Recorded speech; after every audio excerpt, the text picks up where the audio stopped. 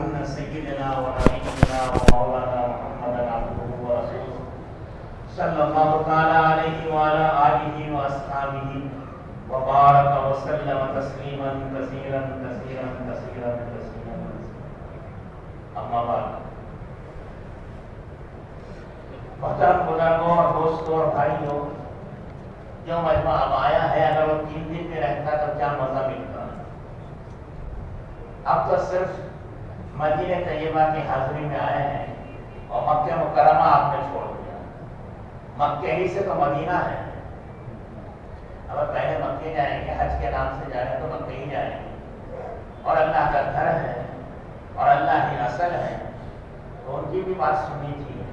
اللہ تعالیٰ آئندہ سے سننے کی توفیق. بہرحال بزرگوں اور دوستوں اور بھائیوں اور حجاج کرام، اللہ پاک آپ کے حج کو قبول فرمائے، حج مبرور نصیب فرمائے اور حج مقبول نصیب فرمائے. صحت و سلامتی سے جانے کی اور خیر و عافیت سے واپس آنے کی اللہ توفیق عطا فرمائے. ان دن سے آپ حضرات نے سنا ہے کہ عمرہ کیسے کرتے ہیں، حج کیسے کرتے ہیں، اور ان تمام چیزوں کی تفصیلات بھی ماشاءاللہ جو پہلے آ چکے ہیں وہ حاصل کر چکے ہیں. جو بعد میں آنے والے ہیں ان کو جو جاگا وہ پایا، جو سویا اور یا جو آیا پہلے اس کو ملا، جو بعد میں آیا اس کا چلا گیا. بہرحال جو کچھ گیا اللہ اسے اور دے دیں گے، شریک ہوں گے. اللہ تعالیٰ سب کو قبول فرمائے. اب حضور اکرم صلی اللہ علیہ وسلم کے شہر مبارک و مقدس کی حاضری باقی ہے. یہاں فرائض و واجبات نہیں ہیں، یہاں ادب ہے، آداب ہے، عظمت ہے، محبت ہے، پیار ہے، اور حضور صلی اللہ علیہ وسلم کی محبت و عشق میں ڈوب جانا اور اس میں پاگل اور دیوانے ہو جانے کی بات ہے. لیکن یہ بڑوں کا مقام ہے، ہم لوگوں کو کیا نصیب ہے اس طرح. اللہ اس کا ایک ذرہ بھی دے دے تو بیڑا پار ہو جائے. اللہ ہم سب کو نصیب فرمائے. حضرت ایک بزرگ تھے مولانا حضرت سید احمد رفاعی رحمۃ اللہ علیہ. وہ بڑے عشق و محبت میں حضور صلی اللہ علیہ وسلم کے روضے پر حاضر ہوئے اور عرض کیا کہ یا رسول اللہ، دور سے سلام بھیجتا تھا اور آپ کا سلام مجھے دور سے آتا تھا. اب آپ کے سامنے کھڑا ہوا کر میں سلام عرض کر رہا ہوں، اب ذرا ہاتھ بڑھا کر مجھ سے مصافحہ بھی کریں. ہم جیسے گستاخوں کو کہنے کی ہمت نہیں ہے اور کہہ بھی نہیں سکتا اور مناسب بھی نہیں ہے آپ کے لیے دینے کی.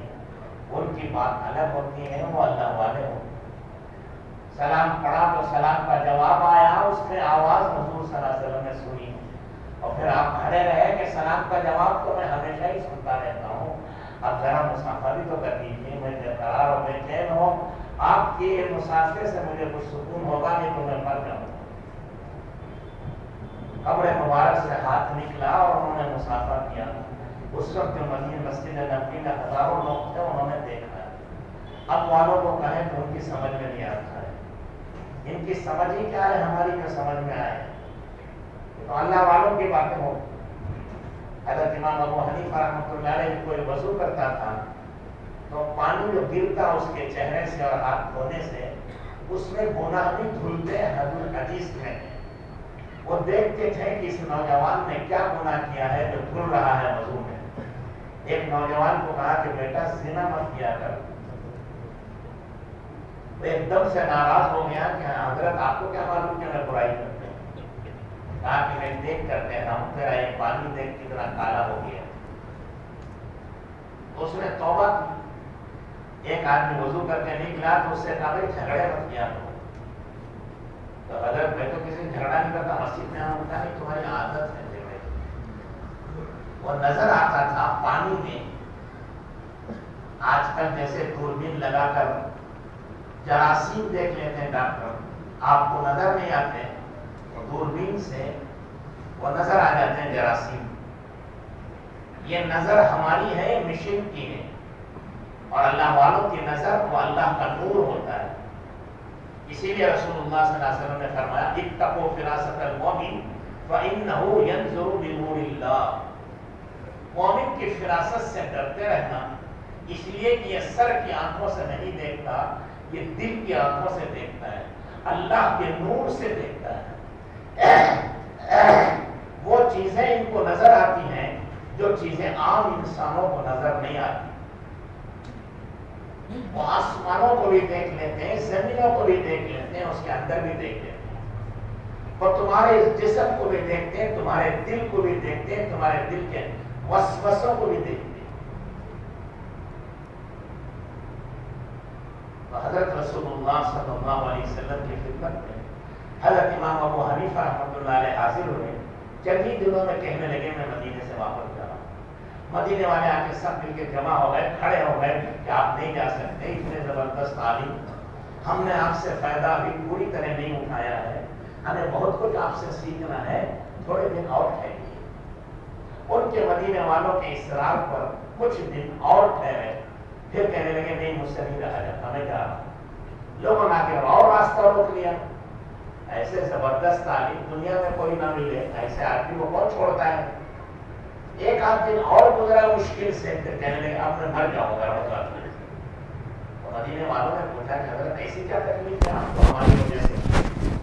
تو کہنے لگے جتنے دن سے میں یہاں آیا ہوں اس وقت سے لے کر آج تک پیشاب یا پاخانہ میں نے نہیں کیا۔ یہاں تو بہت سے ٹوائلٹ پڑے ہوئے، یعنی جہاں بھی جاتا ہوں وہاں نور کی بارش نظر آتی ہے، میں کیسے اس نور پر پاخانہ اور پیشاب کر سکتا؟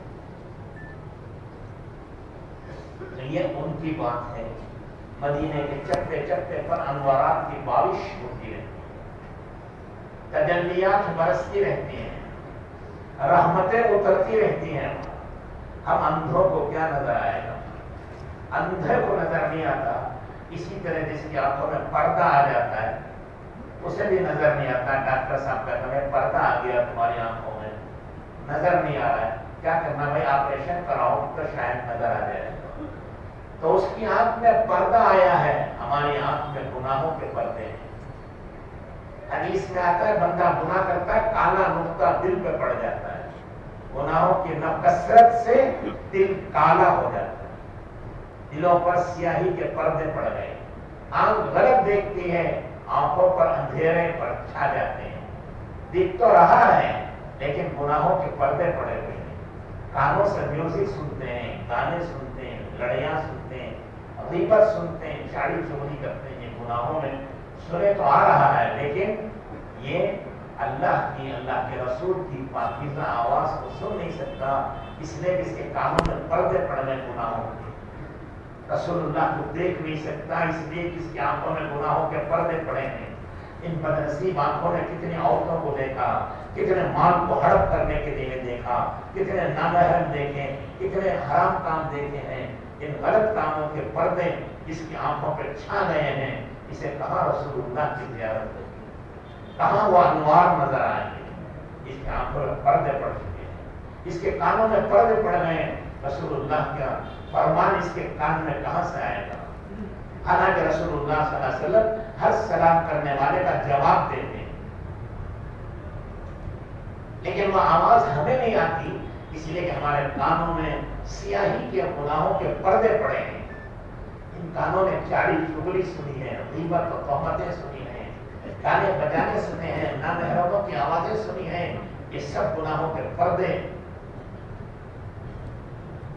وہ پاکیزہ آواز نہیں آتی، وہ پاکیزہ مقامات نظر نہیں آتے۔ حضرت امام مالک رحمۃ اللہ علیہ پوری زندگی گزاری وہاں، اور وہاں عرب کی گرمی مشہور ہے، پاؤں میں آبلے آ جاتے ہیں، 10 قدم چل نہیں سکتا، زندگی میں کبھی جوتے نہیں تھے، ہمیشہ ننگے پاؤں چلتے تھے۔ لوگوں نے اصرار کیا تو کہا یہاں انوارات پر کیسے میں جوتوں سے چل سکتا ہوں؟ حق تو یہ ہے کہ سر سے چلوں، اللہ مجھے توفیق دیتے، اور میں کر سکتا تو یقیناً نہیں کرتا کہ سر سے چلتا، لیکن میرے بس میں نہیں تو ننگے پاؤں تو چلو۔ جب اللہ کے انوارات ہوئے، رسول اللہ پر برسنے والی رحمتوں پر جوتوں سے چلو گا؟ کتنی ہی گرمی آئی، کتنی ہی تکلیف آئی، جوتے نہیں، پیر پھٹ جاتے تھے، وہ گوارا کرتے تھے، جوتے پہننا پسند نہیں کرتے تھے۔ اس سرزمین پر جہاں رحمتوں کی بارش ہو رہی ہے، انوارات برس رہے ہیں، رسول اللہ کے قدم مبارک یہاں پڑے ہیں، اس پر آپ جوتے پہنیں گے؟ حضرت مولانا قاسم صاحب نانوتوی رحمۃ اللہ علیہ صاحب ہندوستان کے بہت زبردست اور عالم ہیں. وہ چلتے تھے تو مدینے کے باہر سے ہی اونٹوں سے اتر جاتے تھے، پہلے اونٹوں پہ جاتے تھے اور جوتے نکال دیتے تھے. ننگے پاؤں چلتے، پتھریلی زمین میں وحیرے بنے ہوئے نہیں تھے، روڈ پتھر گڑے کھود رہے، خون آتا. لوگ کہتے ہیں کہ حضرت سوار ہو جائیں، ان کے شاگرد اصرار کرتے ہیں تو کہتے ہیں کہ سوار نہیں ہونا، چاہے پیر ٹوٹ جائیں. یہ سرزمین تو آنکھوں سے چلنے کی جگہ ہے. پیر سے کیا مطلب؟ لیکن آنکھوں سے کوئی چل نہیں سکتا، اس لیے وہ پیروں سے چل رہے. جتنا بھی ادب کرے کم ہے. حضرت رسول اللہ صلی اللہ علیہ وسلم کے قدم مبارک جس قبر میں آپ لیتے ہیں، جو مٹھی اور زمین قبر پر ہے آپ کے پیروں سے لگ رہی ہے، وہ مٹھی جو آپ کے پیروں میں لگی ہے، وہ زمین کا حصہ جو پیروں میں لگا ہے، وہ عرش اعظم سے بھی زیادہ تھی. سن رہے سو رہے کہاں عرش اعظم ہے؟ یہ ساری زمین لپیٹ کر پہلے آسمان پر رکھیں تو ایسا معلوم ہوتا ہے کہ ساری زمین ایک انگوٹھی ہے. ایک بڑے میدان میں پہلا آسمان اتنا بڑا، دوسرا اس سے بڑا، تیسرا اس سے بڑا، چوتھا اس سے بڑا، پانچواں اس سے بڑا، چھٹا اس سے بڑا، ساتواں.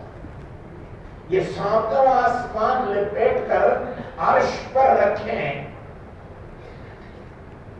تو عرش اتنا لمبا چوڑا اور بڑا ہے کہ ایسا معلوم ہوگا جیسے کھلے میدان میں ایک پیاز کا چھلکا پڑا ہوا. عرش کتنا بڑا ہوا اور وہ ہیرے جواہرات سے جڑا ہوا ہے. اس کی ایک انچ جگہ دنیا خرید نہیں سکتی. لیکن رسول اللہ صلی اللہ علیہ وسلم کے قدم مبارک جہاں لگ گئے وہ اس عرش سے بھی قیمتی ہے. اس زمین پر رسول اللہ کے قدم پڑے ہیں تو آپ جوتے پہن کے جائیں گے. سر کے بل چلنا، آنکھوں کے بل چلنا تب بھی مستحب. ہزار بار بشنویم دہن زمش کو غلام، ہنوز نام تو گفتن کمال بے ادبیز. 1000 مرتبہ صابن سے دھوتے ہیں کسی کپڑے کو، 1000 مرتبہ میں اپنے اس گندے منہ کو مشک و گلاب سے دھو دوں، 1000 مرتبہ، ایک مرتبہ نہیں، 1000 مرتبہ، تب بھی آپ کا نام لینا بہت بڑی بے ادبی. آپ کا مقام اس سے بھی بہت اونچا ہے. ہم جیسے گنہگاروں کی حیثیت کیا ہے؟ بہرحال آپ کے آداب نہ آج تک کوئی ادا کر سکا نہ ادا کرے گا. آپ اتنا سب نہیں کر سکتے. آپ سواری سے جائیے، جائز ہے. جوتے پہن کے چلیے، جائز ہے، کوئی گناہ نہیں ہوگا. لیکن یہ احساس رکھیے، یہ سوچ کے جائیے، یہ مقدس سرزمین اس قابل تھی کہ میں آنکھوں سے چلتا تب بھی اس کا حق ادا نہ ہوتا. ان آنکھوں نے بھی غلط دیکھ کر بڑے بڑے گناہ کیے ہیں. ان گندی اور ناپاک آنکھوں سے میں کیسے حضور کی زمین پر چل سکتا؟ اگر سر کے بل بھی چلتا تو اس کا حق ادا نہ ہوتا. اس سر میں پتہ نہیں گندے خیالات کتنے رات دن آتے ہیں. تو یہ سر بھی گندا ہے. تو ہم نے زمین کو بھی، اللہ کے رسول کی پاکیزہ اور نورانی زمین کو بھی گندا کر دیا. جب زمین پہ بندہ سجدہ کرتا ہے تو زمین کہتی ہے تو نے ریاکاری کے سجدے سے مجھے بھی ناپاک کر دیا. تیرے گناہ کیا پاک ہوتے، تو نے مجھے بھی ناپاک کر دیا. دکھلاوے کی سجدے، دکھلاوے کی زیارت، دکھلاوے کی مدینے کی حاضری، دکھلاوے کا حج، اس سے وہ زمین بھی گندی اور ناپاک ہے. ریاکاری اور دکھلاوا نہیں چلتا. اللہ ہم سب کو ادب و احترام کی توفیق عطا فرمائے. جتنا ادب و احترام آپ نے پوری زندگی میں کتابوں میں پڑھا ہو، بزرگوں سے سنا ہو، آپ کو کچھ معلوم ہے، وہ سارے آداب و احترام کے ساتھ مدینے طیبہ ہے. مدینہ منورہ جا رہے ہیں مکہ مکرمہ سے، حضور اکرم صلی اللہ علیہ وسلم کچھ اونٹنی پر، کچھ پیدل یہاں سے گئے. ذرا ان پہاڑوں میں جھانک کے دیکھیے کہ حضور کی اونٹنی کے نشانات اور آپ کے انوارات تو نظر نہیں آ رہے ہیں. لیکن آپ کو کیا نظر آئے گا؟ مجھے کیا نظر آئے گا؟ میں ناپاک انسان ہوں، جن آنکھوں نے بڑے غلط کام کیے ہیں، اس لیے وہ نور کے پردے ہمیں نظر نہیں آتے، گناہوں کے پردے پڑے ہوئے ہیں۔ لیکن یقین کریے کہ ان پہاڑوں سے، انہیں کہیں کے راستوں سے حضور گزرے ہیں۔ ہزاروں شوق حضور اکرم صلی اللہ علیہ وسلم کی محبت و عشق میں حضور کے ساتھ ملنے کے لیے، سلام کرنے کے لیے گئے، لیکن موت نے ان کو اچک لیا۔ وہ ان پہاڑوں میں ان کے مزارات ہیں، وہ قبر بنی ہوئی نہیں ہے، ان کی مزاروں پہ پھول نہیں ہے، ان کی مزاروں پہ رحمت ہے، ان کی مزاروں پر انوارات برس رہے ہیں۔ یہ بھی شاید نظر نہیں آئے گا، لیکن پھر بھی یہ یقین رکھیے کہ ہزاروں عاشقین رسول یہاں مجبور سو رہے ہیں۔ کچھ فاتحہ پڑھ کر ان پر بھی بخشتے جائیں گے۔ یہ بھی آپ کی طرح مدینے جانا چاہتے تھے، لیکن موت نے ان کو اچک لیا، ان کا سانس اکھڑ گیا، وہ مدینے کی سرزمین سے محروم رہے۔ اللہ نے آپ کو جانے کی توفیق دی ہے، ان کو بھی ذرا دعا کرتے چلیے۔ سورہ فاتحہ پڑھیے، سورہ اخلاص پڑھیے، سورہ یاسین پڑھیے، قرآن پاک کی ہر سورت نور ہی نور ہے۔ پڑھ کر ان مدفون ہونے والوں کا، جن کا نام و نشان نہیں ہے، اللہ کے نزدیک وہ بڑی بڑی جنت کے درجات حاصل کر چکے ہیں، ان پر بھی بخشتے جائیں گے۔ اور اس راستے میں چلے جائیے تو حضور اکرم صلی اللہ علیہ وسلم کی عظمت کو، آپ کے ادب احترام کو سوچتے رہ جائیے کہ آپ کا مقام کیا ہے۔ ساتوں آسمان و زمین آپ کی ٹھوکروں میں ہے، عرش اعظم آپ کے قدموں کی مٹی سے بھی زیادہ، جی آپ کے قدموں کی مٹی بھی عرش اعظم سے زیادہ قیمتی ہے۔ تو آپ کتنے قیمتی ہو گئے، جتنے کوئی فضائل و بڑائی بیان کرے وہ کم ہے، اس سے زیادہ کہ آپ مستحق ہیں۔ بادس خدا بزرگ تو یہ قصہ مختصر یہ ہے کہ اللہ کے بعد سب سے اونچا اور اعلیٰ مقام آپ کا۔ عظمت سے جائیے، پھر یہ سوچتے جائیے کہ حضور صلی اللہ علیہ وسلم کے ہم پر کتنے احسانات ہیں۔ آپ نے ہمارے لیے کتنی مشقتیں اٹھائی، کتنی تکلیفیں اٹھائی۔ مقام تو یہ ہے کہ عرش اعظم سے آگے ہیں، اور ہمارے لیے اتنی مشقت اٹھائی کہ آپ نے روزانہ دعوت دیتے تھے، تبلیغ کرتے تھے، اور مکے کے مشرکین و کفار ستاتے تھے، مارتے تھے، پتھر مارتے تھے، گریبان پھاڑ دیتے تھے، کپڑے پھاڑ دیتے تھے، مٹی سر پر ڈالتے تھے، پورا کمڑا آپ کے سر پر ڈالتے تھے، راستوں میں کھڈے کھود دیتے تھے، کانٹے بچھا دیتے تھے، جس کے سر پر پیدا ہوئے تھے، جن کے برابر دنیا میں کوئی آیا نہیں، قیامت تک نہیں آئے گا، جن کے برکت سے سب کچھ ملا ہے، نادانی سے لوگ سب کچھ ستاتے۔ ایک دن کی دعوت و گشت نہیں تھا، روزانہ کا گشت تھا، میرا سال تک مسلسل۔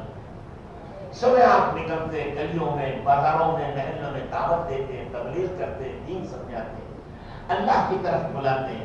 لوگ اللہ کو جانتے نہیں تھے، پتھر مارتے، اینٹ مارتے، ڈھیرا مارتے، کپڑے پھاڑتے پکڑ کر۔ جو کچھ نہیں کرنا تھا وہ سب کچھ کر دیا۔ پسینہ بھی بہہ رہا ہے سر سے، خون بھی بہہ رہا ہے، کپڑے بھی پھٹے ہوئے ہیں، اس پر مٹی بھی پڑی۔ دوپہر سب گرمی سے لوگ اپنے اپنے گھر چلے گئے، حضور اپنے گھر تشریف لائے۔ آپ کی بیٹی زینب بڑی بیٹی تھی، جو آپ کو دیکھا تو ان کی چیخیں نکل گئی کہ ابا جان آپ کا کیا حال کر دیا ہے، آپ نے لوگوں کا کیا بگاڑا ہے، کیوں آپ کو پتھر مارتے ہیں، کپڑے پھاڑتے ہیں، گل ڈالتے ہیں۔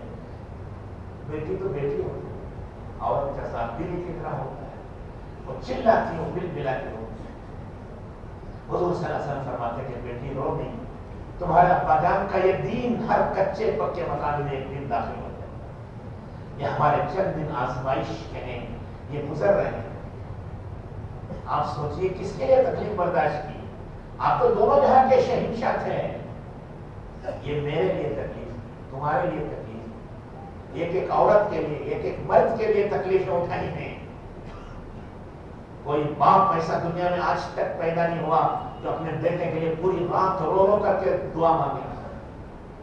حضرت رسول اللہ صلی اللہ علیہ وسلم پوری رات ایک ایک مسلمان کے لیے روتے۔ کوئی ماں دنیا میں ایسی نہیں ہے جو پوری رات رو کر بچے کے لیے دعا مانگے۔ رسول اللہ صلی اللہ علیہ وسلم نے ہمارے لیے پوری پوری رات رو رو کر دعا. آپ کی آنکھوں کا پانی کا ایک قطرہ ساری دنیا کے سمندروں سے نہیں، سمندروں سے نہیں، تمام دنیا کے ہیرے جواہرات سے نہیں. وہ ہزاروں قطرے آپ کے گرے ہیں ہمارے لیے. کیسی محبت ہوگی امت سے. حضور اکرم صلی اللہ علیہ وسلم نے حضرت عائشہ کو دعا دی کہ پروردگار عائشہ جو چہیتی بیوی ساتھ نہیں کرے ان کے اگلے پچھلے ظاہری باطنی سب گناہ معاف کر. حضرت عائشہ بہت خوش ہو کر جھومنے لگی. تو حضور نے فرمایا عائشہ بہت خوش ہو گئی. کہا آپ نے دعا کی ہے میری مغفرت کی، یقیناً میری مغفرت ہو. فرمایا عائشہ جو دعا میں نے زندگی میں ایک بار تمہیں دی ہے وہ دعا میں اپنی امت کو روزانہ 5 مرتبہ. حضرت عائشہ سے زیادہ محبت ہم سے ہے، حضرت فاطمہ سے زیادہ محبت ہم سے ہے، حضرت حسن و حسین سے زیادہ محبت ہم سے ہے. ہم نادان و بیوقوف. اللہ ہی ہمیں سمجھنے کی توفیق عطا فرمائے. حضور صلی اللہ علیہ وسلم کو دکھایا گیا کہ حضرت حسین کا گلا کاٹا جا رہا ہے اور ان کے جسم کے ٹکڑے ٹکڑے کیے جا رہے ہیں. یہ حضور نے دعا نہیں کی پروردگار اس کو بچا لے، امت کو بچانے کے لیے دعا مانگی. حضرت حسن کو زہر دیا گیا، حضور کو دکھایا ہو. حضور نے دیکھا کہا ٹھیک ہے مجھے امت کی حفاظت. دکھایا گیا کہ حضرت علی کو شہید کیا جا رہا ہے، ان کا سر اکھاڑ دیا گیا. حضرت علی وہ مبارک صحابی نے جو 10 سال کی عمر میں مسلمان ہوئے، سگے چچا زاد بھائی بھی ہیں، داماد بھی ہیں، ہزاروں ہیں، لیکن ان کی حفاظت نہیں مانی. حضرت عثمان داماد ہیں، حضور کو دکھایا گیا کہ ان کی گردن کاٹی جائے گی اور یہ قرآن پڑھ رہے ہوں گے، روزے کی حالت میں ہوں گے، پھر بھی ان کو لوگ شہید کریں گے. تب بھی حضرت عثمان کے بچانے کی حفاظت کی دعا نہیں کریں. سن رہے ہیں؟ ہماری حفاظت کی دعا ہے. فرشتہ آیا ملک الموت کا آخری وقت ہے. جبرائیل آئے کہنے لگے یا رسول اللہ، اللہ نے آپ کو توحید اختیار دیا ہے، زندہ رہنا چاہتے ہیں قیامت تک رہیے، نہیں تو اللہ آپ کے مشتاق ہیں، اللہ آپ سے ملنا چاہتے ہیں. اگر آپ بھی اللہ سے ملنا چاہتے ہیں تو موت اس کا ذریعہ اس کے لیے تیار ہو. تو فرمایا کہ جبرائیل مرنا جینا بات کا قصہ ہے، پہلے یہ اللہ سے پوچھ کر آؤ میرے بعد میری امت کا کیا ہوگا. یہ نہیں کہا فاطمہ کا کیا ہوگا، حسن حسین کا کیا ہوگا، علی کا کیا ہوگا، عثمان، یہ تو سب گھر والے ہیں، گھر کی اولاد ہیں. ہمارے لیے بھی پوچھا کہ یہ میری امت کا کیا ہوگا. پوچھ کر آئے. اللہ نے فرمایا کہ جاؤ ہم آپ کو امت کے بارے میں خوش کر دیں گے. جب یہ سن لیا تو کہا اب کوئی بات نہیں، میری جان کی بات، میرا جینا میرا مرنا میرا سب کچھ امت کے لیے. حضور کو تو اتنی محبت، شہنشاہ کو اتنی محبت ہے ہم سے. ہم کیسے بے وفا امتی ہیں کہ ہمارے دل میں ان کی محبت ہے. جس کے دل میں حضور کی محبت نہیں اس کا ایمان ہی نہیں، وہ مسلمان ہی نہیں ہے. اب آپ اس کو سوچتے رہیے کہ حضور نے میرے لیے پتھر کھائے، حضور کے دندان مبارک میرے لیے شہید ہوئے، حضور کا زخم میرے لیے ہوا، حضور کے چچا کو میرے لیے شہید کیا گیا، میری ہدایت کے لیے، میری جنت کے لیے، میری مغفرت کے لیے. حسن حسین کو سولی پر چڑھا دیا، ان کے سر نیزے پہ چڑھائے گئے، ان کے بدن کے ٹکڑے اور چھلیاں کر دی گئی. وہ سب کس کے لیے تھا؟ وہ سب ہمارے لیے. ہر مسلمان کے ذمہ واجب ہے کہ وہ حضور سے محبت کرے. محبت اس طرح سوچتے جائیں کہ کتنے احسانات ہیں. آپ ہی کے احسان ہے کہ آپ کی محنت سے مجھے ایمان ملا، مجھے اسلام ملا، مجھے قرآن ملا، مجھے دین ملا، آخرت میں شفاعت ملے گی، جنت ملے گی. آپ کے قدموں میں جنت مجھے نصیب ہو. لیکن حضور صلی اللہ علیہ وسلم کے رنگ میں رنگے جانا، حضور کی چال چلنا، حضور کے ڈھنگ پر جانا، صورت بھی حضور کی، سیرت بھی حضور کی، سریرت بھی حضور کی، دل بھی حضور کا، دماغ بھی حضور کا، رنگ بھی حضور کا، فکر بھی حضور کی. سب سے الگ ہو جاؤ، سب سے کٹ کر اب مدینہ طیبہ جا رہے. حضور کے سامنے حضور اکرم صلی اللہ علیہ وسلم نے فرمایا حضرت انس سے کہ بیٹا انس، میری سنت یہ ہے کہ میرا دل ہمیشہ مسلمانوں سے پاک صاف رہتا ہے، کسی مسلمان کی طرف سے میرے دل میں کوئی میل کچیل نہیں۔ ہمیں حکم دیا ہے کہ اے مسلمانوں، اس طرح حضور کی مزار مبارک پر حاضر ہو کہ تمہارا دل صاف ہو، آئینے کی طرح پاک ہو، تمہارے دل میں کسی مسلمان کی طرف سے دھبا نہ ہو۔ وہ گنہگار ہے، وہ خطا کار ہے، خدا جانے اسے معاف کرے نہ کرے۔ ہم کون ہوتے ہیں دلوں میں عداوت، بغض، دشمنی رکھنے سے کیا فائدہ؟ ہمارا دل ناپاک ہوگا نا۔ ہمارے ایک بزرگ کہتے ہیں جس کے دل میں مسلمانوں کی طرف سے عداوت و دشمنی ہے، اس کا دل سور سے زیادہ ناپاک ہے۔ حضرت مجدد الفسانی رحمۃ اللہ علیہ کے بڑے بیٹے تھے حضرت محمد معصوم، بڑے مبارک اور مقدس اولیاء اللہ میں تھے۔ وہ کہتے تھے جس کے دل میں مسلمانوں کی طرف سے کوئی میل کچیل ہے، وہ دل ناپاک ہے، اس کی روح ناپاک ہے، جسم بھی ناپاک، اس کی روح بھی ناپاک۔ حاضری کا یہ پہلا ادب ہے۔ حضور صلی اللہ علیہ وسلم کو سب سے محبت، حضور کو کسی سے دشمنی نہیں، اسی طرح اپنے دلوں سے سب کی دشمنی اتار کے۔ ہمارا دشمن ایک ہے، وہ شیطان مردود ہے۔ قرآن میں اللہ نے کہا وہ دشمن ہے، تم بھی اسے دشمنی کرو، وہ تو دشمن ہے، باقی سب بھائی بھائی ہیں۔ غلطیاں ہوتی رہتی ہیں، کوئی انسان غلطیوں سے پاک نہیں ہے۔ الانسان مرکب الخطا والنسیان، انسان کی خمیر و گھٹی میں بھول جانا ہے، خطا کرنا ہے۔ اسی لیے عربی کا ایک مقولہ ہے، کہتے ہیں اول الناس اول الناس۔ ارے سنا کبھی؟ اول مطلب پہلا ہے نا، ناس کے معنی انسان، قل اعوذ برب الناس پڑھتے ہیں کہ نہیں؟ انسان ہے۔ اور ایک ہے نسیان، نسیان کے معنی بھولنا، اس کا نسیان سے بھی ایک ناس بنتا ہے، اس کا مطلب بھولنے والا۔ پہلا ناس انسان، دوسرا ناس بھولنے والا۔ اول الناس اول الناس کا مطلب انسانوں کا سب سے پہلا انسان کون؟ آدم علیہ السلام۔ اور انسانوں میں سب سے پہلے بھولنے والا کون؟ آدم علیہ السلام۔ ان سے ہی بھول ہو گئی نا، وہ جنت کا ایک درخت نہیں کھانا تھا، کیا بھول ہو گئی؟ جب دادا سے ملاقات، دادا سے اور ہماری بھول ہو گئی تو ہم کہاں جائیں گے؟ بھول تو ہماری گھٹی میں پڑی ہوئی، اور گناہ و خطا ہر آدمی کرتا ہے۔ انبیاء علیہ السلام معصوم ہوتے ہیں، وہ بے گناہ ہوتے ہیں، ان سے نہیں گناہ ہوتا۔ اولیاء اللہ محفوظ ہوتے ہیں، صحابہ، تابعین، تبع تابعین، اولیاء اللہ، قطب ابدال، غوث، غوث العظم، یہ گناہوں سے محفوظ ہوتے ہیں، اللہ ان کی حفاظت کرتا ہے۔ باقی تمام انسان چھوٹی بڑی غلطیاں ہوتی رہتی ہیں، تو اسے کیا کرو گے؟ اس کی وجہ سے دشمنی نہیں کرو، دل صاف رکھو۔ یہ حضور کا امتی ہے، حضور نے اس کے لیے رات دن دعائیں مانگی ہیں، حضور نے پوری زندگی اس کے لیے مدد کی ہے، حضور صلی اللہ علیہ وسلم کا یہ چہیتا امتی ہے۔ ایک چور کے ہاتھ کاٹے، حضور بل بلا کے رو رہے تھے، حالانکہ آپ کو جب معلوم ہو جاتا کہ یہ چور ہے تو فوراً اس کی محبت دل سے نکل جاتی، ذرا حقارت پیدا ہو جاتی، ہوتی نہیں؟ جب کسی کو دیکھ لیا کہ یہ چور ہے تو فوراً اسے گالیاں بکنے لگتے ہیں، اس کی حقارت پیدا ہو جاتی ہے، اس کی محبت ختم ہو جاتی ہے۔ لیکن حضور اکرم صلی اللہ علیہ وسلم اس کے لیے بھی رو رہے ہیں، دل ملا رہے ہیں۔ کتنی محبت ہوگی حضور کو، نیکوں سے بھی اور گنہگاروں سے بھی۔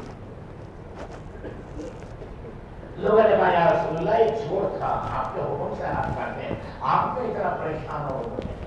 فرمایا کہ میرے ایک امتی کے ہاتھ میرے سامنے کاٹے جائیں، میں نہ روگا تو کون روئے گا امت کے لیے؟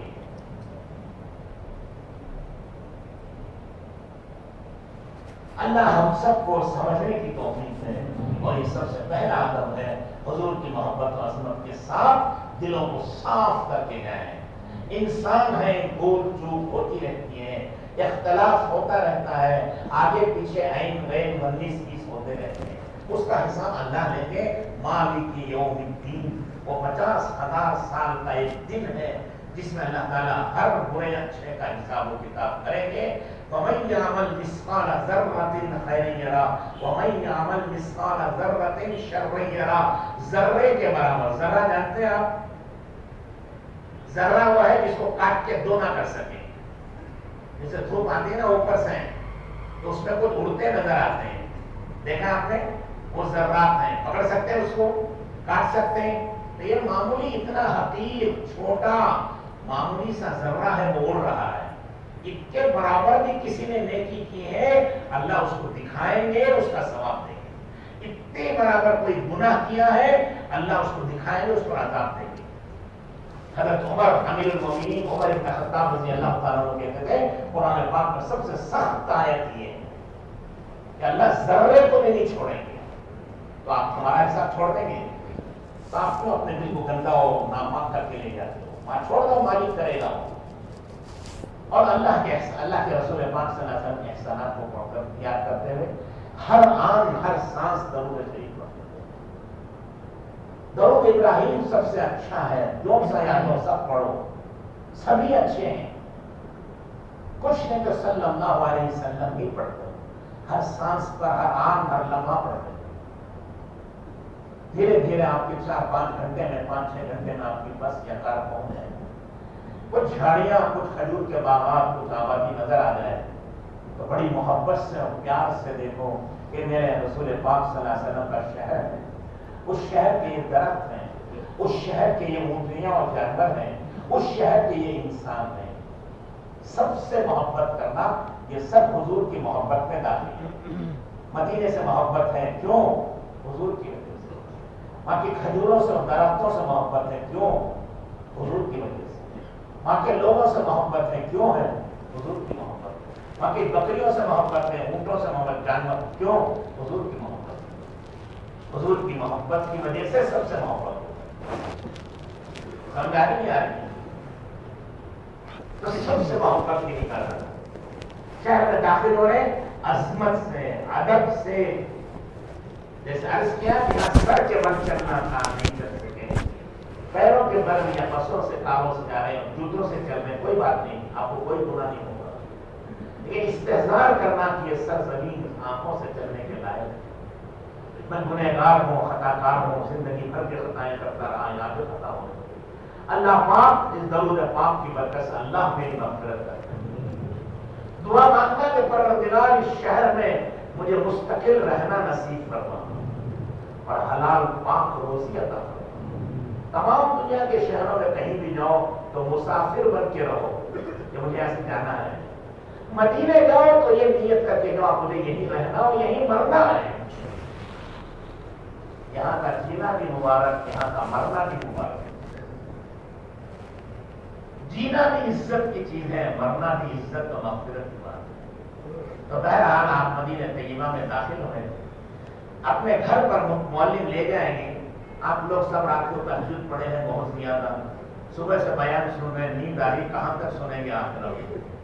اب یہ آخری سن لو، جھونکے مت مارو، پیچھے مت مارو سامنے والے. ذرا آنکھ کھولو، ذرا گردن اونچی کرو، آنکھیں پھاڑ پھاڑ کے میری طرف دیکھو. جیسے شیر کسی کو کھا جانا چاہتا ہوں، ایسے کھانے کی نیت سے دیکھو. مجھے نہیں بریانی ملے گی وہ لیکن کھولو آنکھ بڑی بڑی، ذرا گھور گھور کے میری طرف دیکھو، گردن نیچی مت کرو ورنہ نیند آ جائے گی، پتہ بھی نہیں چلے گا آپ کو، بھول جائیں گے سب. تو مدینہ طیبہ میں معلم کی طرف سے جہاں آپ کو لے جانا وہاں لے جائیں گے. گھر آپ کا مل جائے گا، سکون سے اپنا سامان سلیقے سے رکھ دیں. سفر سے آئے، تھکے ہارے ہیں، چائے پینا ہو، کھانا کھانا ہو، نہانا دھونا ہو تو سب کر سکتے ہیں. جلدی سے جلدی کوشش کریں کہ اچھی طرح وہاں نہائیں، صابن لگا کر، میل نکال کر. مکے کے آداب الگ ہیں، وہاں کا نہانا پانی بہانا ہے، وہاں صابن نہیں لگاتے، میل نہیں نکالتے، وہ الگ دربار ہے. وہاں جلال ہے، وہ جبروت ہے، جبار و قہار و شہنشاہ پروردگار کا وہ دربار ہے. وہاں عاجز بن کے جاؤ، محتاج بن کے جاؤ، فقیر بن کر جاؤ. اور یہاں یہ محبوب کے در پر جا رہے ہیں، یہاں بن سنور کر جاؤ، اچھے سے اچھا غسل کرو، پورا میل اچھی طرح نکال کر. حضور صلی اللہ علیہ وسلم کو صفائی پسند تھی، بدبو پسند نہیں تھی. اچھے کپڑے پہنو، توفیق دے یہیں سے ایک جوڑا نیا سلا کے لے جاؤ. یہ ضروری نہیں ہے. کوئی بھی اچھے کپڑے جو آپ کے پاس ہے وہ لے لو, اچھی خوشبو لگاؤ. ادھر ادھر دنیا کے پیسے خرچ کرتے ہو, آج اچھی خوشبو خرید کے لے جاؤ. یہ جو ملتے ہیں راستے میں جنتر منتر بہت خریدنا, اس میں الکوہل ہوتا ہے, وہ شراب کی ایک قسم ہے, پاک کرنے کے بجائے ناپاک کر دیتی ہے. اصلی عطر بنتا ہے سندل کے تیل سے. یہ سب یسنس ہوتے ہیں زیادہ. جہاں سندل کا تیل ملتا تو وہ بھی خوشبو ہے. اس سے عود کا تیل ملتا وہ اس سے اور بھاری ہے, وہ تو بہت زیادہ قیمتی. تو سندل ملے, عود ملے, شمامۃ العنبر ملے. عنبر بہرحال جو سندل کے تیل سے بنی ہوئی خوشبو ہوتی ہے وہ دماغ کو معطر کرتی ہے, وہ دل کو راحت دیتی ہے. یہ خوشی اور بشاشت. اور جو الکوہل یہ جو چیزیں ہوتی ہیں سینٹ وغیرہ ایسنس کی, وہ دماغ پریشان ہو جاتا. آج پیسے خرچ کرو یا خرچ کی جگہ ہے. حضور صلی اللہ علیہ وسلم کو خوشبو سے بڑی محبت. حضرت علی کے پاس جتنے پیسے تھے اس سے دو حصے خوشبو کو دے دیے. ایک حصے میں پوری شادی کا سامان, 2 حصے عطر کے. تو آپ بھی جی کھول کے لگاؤ. ارے 10-5 ہزار ختم ہو تو کیا حالت ہے. حضور کی محبت میں جائیں گے نا. یہ جنتر لگا کے کہاں جاتے ہو, سینٹیمنٹ مت لگاؤ. خوب اچھی طرح سے اچھا عطر, جتنی آپ کی حیثیت ہے, جتنی حیثیت ہے اسے ہوگا. خوب اچھی طرح نہایا, اچھے کپڑے پہنے, اچھی خوشبو لگائی. اب باہر مسجد نبوی میں جائیں گے, وہاں جا کر کے سلام پڑھیں گے. حضور کا مزار مبارک کو مسجد ہی میں ہے. وہ جاتے ہوئے کچھ صدقہ و خیرات کر دو, تاکہ اللہ پاک اس صدقہ و خیرات کی برکت سے تمہارے صلاۃ و سلام کو اللہ قبول کر لے, اس حاضری کو قبول کر لے. یہ پہلے حضور کے زمانے میں جب بھی حضور سے کوئی سلام کرتا اور ملتا تو اس کے ذمہ واجب تھا کہ صدقہ کر کے آئے. جو حضور سے بات کرنا چاہے پہلے صدقہ کرے, پھر آ کے حضور سے بات کرے. جب یہ آیتیں اتری قرآن میں تو صحابہ بڑے پریشان ہو گئے. ان کو تو کھانے کو پیسہ نہیں تھا. اب ہر موقع پر حضور کو دیکھنا اور بات کرنا, آپ کے محبوب ہیں, ان کو دیکھے بغیر سکون نہیں ملتا. ایک صحابی کہتے ہیں یا رسول اللہ, رات کو یاد آ جاتی ہے تو آپ کو دیکھے بغیر نیند نہیں آتی. میں اٹھ کر گھر سے آتا ہوں, مسجد میں آپ نماز پڑھتے ہوتے ہیں یا گھر میں آپ کے قرآن پڑھنے کی آواز آتی ہے, وہ سن کر تسلی ہوتی ہے. ورنہ تو یہ ڈر ہوتا ہے اگر آپ کو نہ دیکھو تو مر جاؤ. اب پیسے خرچ کہاں سے کریں گے؟ ایک مرتبہ روز کو نہیں, 10 مرتبہ حضور سے روزانہ بات کرنا ہے تو 10 مرتبہ صدقہ کر کے آؤ. یہ بڑا مشکل ہو گیا. اللہ تعالیٰ نے یہ آسان کر دیا, وہ آیتیں منسوخ کر دی, وہ حکم ختم کر دی. لیکن مستحب آپ بھی ہیں, کوئی دینا چاہے تو دے سکتا ہے. ہر وقت نہ صحیح, کم سے کم 1 مرتبہ تو آپ دے دو. 10-5 ریال کسی غریب کوئی متعین نہیں ہے, اور نہ دو تو کوئی گناہ بھی نہیں ہے, دینا بہتر ہے. اب باب جبرائیل سے داخل ہونا سنت ہے, لیکن آپ کو پہلی مرتبہ باب جبرائیل کا پتہ نہیں چلے گا. جس دروازے سے چاہے داخل ہو جائے, سیدھا پاؤں اندر رکھنا, اس میں دعا پڑھنا, دعا بسم اللہ والصلاۃ والسلام, صلاۃ والسلام پڑھ رہے ہیں. یہاں بھی وہی دعا ہے, یہاں بھی صلاۃ والسلام پڑھتے ہیں. لیکن پڑھنے کے ڈھنگ ہوتے ہیں, پڑھنے کی جگہ ہوتی ہے, وہاں بھی پڑھتے ہیں, یہاں بھی پڑھتے ہیں. ہر مسجد میں داخل ہونے کے وقت میں یہ دعا پڑھی جاتی ہے, بسم اللہ والصلاۃ والسلام. صلاۃ والسلام ہر مسجد میں پڑھا جاتا ہے ہندوستان کی, ساری دنیا کی. تو وہاں بھی یہی پڑھیں گے, بسم اللہ والصلاۃ والسلام علی رسول اللہ. اللہم اغفر لی ذنوبی وافتح لی ابواب رحمتی. یاد ہو تو یہ پڑھیے, نہ یاد ہو تو کوئی گناہ نہیں ہے, جاتے وقت سیکھ لیجیے. نہ یاد ہوا تو کوئی بات نہیں, سیدھا پاؤں اندر رکھ کر بسم اللہ کہہ کے اندر چلے. اردو میں کہہ لیجیے, پروردگار اپنے محبوب پر صلاۃ و سلام نازل فرما اور میرے گناہوں کو معاف فرما اور میرے لیے رحمت کے دروازے کھول. اردو کا تو کہہ سکتے ہیں نا. اور یہ بھی نہ کہو تو کوئی بات نہیں, بسم اللہ کر کے چلے جائیے. سیدھے آگے جاتے جاتے جاتے جاتے چلے جائیے قبلے کی دیوار کے قریب.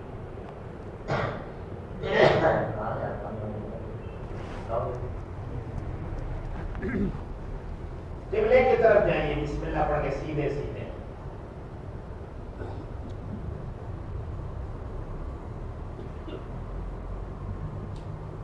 وہاں مسجد میں لال کھمبے ہیں، یہ ہے نا پلر، ایسے لال لال پتھر وہاں لگے ہیں. اب لال نہیں، کریم کلر کے، کریم کلر کے. نیچے فرش لال ہے، اور آپ جانے بائیں ہاتھ کی طرف تھوڑی سی جگہ ایسی ہے جہاں کی یہ پلر اور کھمبے بھی سفید پتھر لگے ہیں، اور نیچے کا فرش بھی سفید ہے، اجلا ہے. نیچے بھی اجلا ہے، کھمبے بھی اجلے ہیں. اسے ریاض الجنہ کہتے ہیں، جنت کا باغ. حضور اکرم صلی اللہ علیہ وسلم نے فرمایا تھا کہ میرے منبر اور میرے گھر تک کی یہ جگہ یہ جنت ہے، جنت کا ایک ٹکڑا ہے. تو اگر آپ کو موقع ملے، موقع تو نہیں ملے گا، وہاں آ کر نماز پڑھنا. وہاں بھی محراب ہے، یہ محراب ہے نا امام صاحب کی، حضور صلی اللہ علیہ وسلم کے وہاں محراب ہے جہاں کھڑے ہو کے نماز پڑھا. اور بند کر دی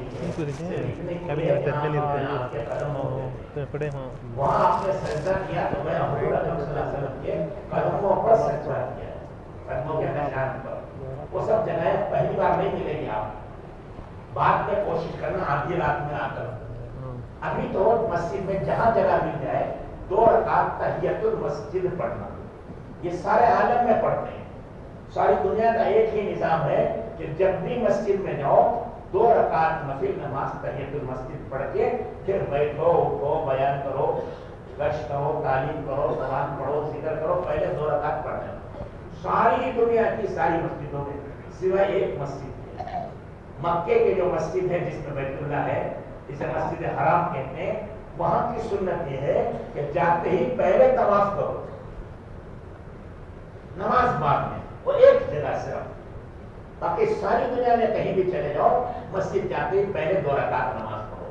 یہاں مدینہ منورہ میں بھی مسجد میں داخل ہو تو وہاں ریاض الجنہ میں یا کہیں بھی مسجد میں جگہ ملے 2 رکعت تحیت المسجد پڑھو، پھر شکر ادا کرو. شکریہ کا سجدہ بھی ہے، اور بہتر ہے 2 رکعت شکریہ کی نماز پڑھو کہ مجھ جیسے گنہگار اور خطا کار اور مجرم کو اللہ پاک نے اس مقدس اور مبارک سرزمین پر پہنچا. میں کہاں اور یہ زمین کہاں ہے؟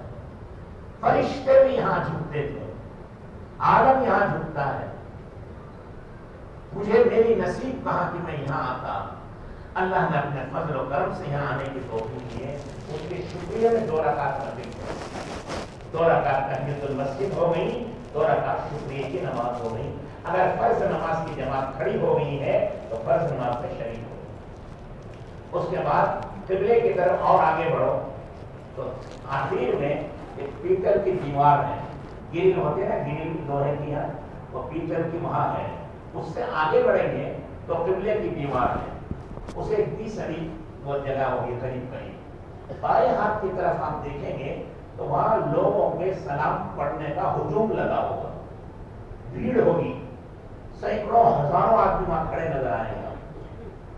آپ پورے ادب سے، پورے احترام سے، جتنا آپ کو ادب آتا ہے، جیسے میں نے ایسا کہا مدینے ہی میں سر کے بل جانا تھا، یہ تو حضور کے در پر آ گیا.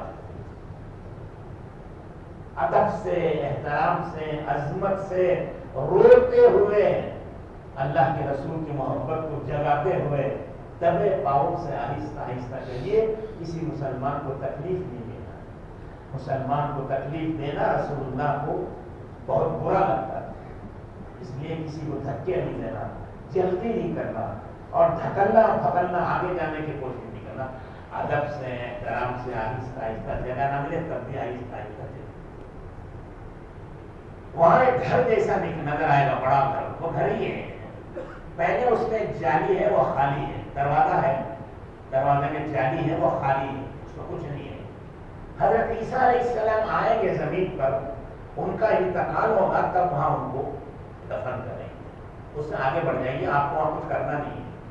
اس سے آگے بڑھیں گے تو اور ایک پیتل کا دروازہ، اس میں وہ جالی نظر آئے گی، ایک گرل جیسی، اور اس کے بیچ میں ایک جھروکا ہے، خالی جگہ.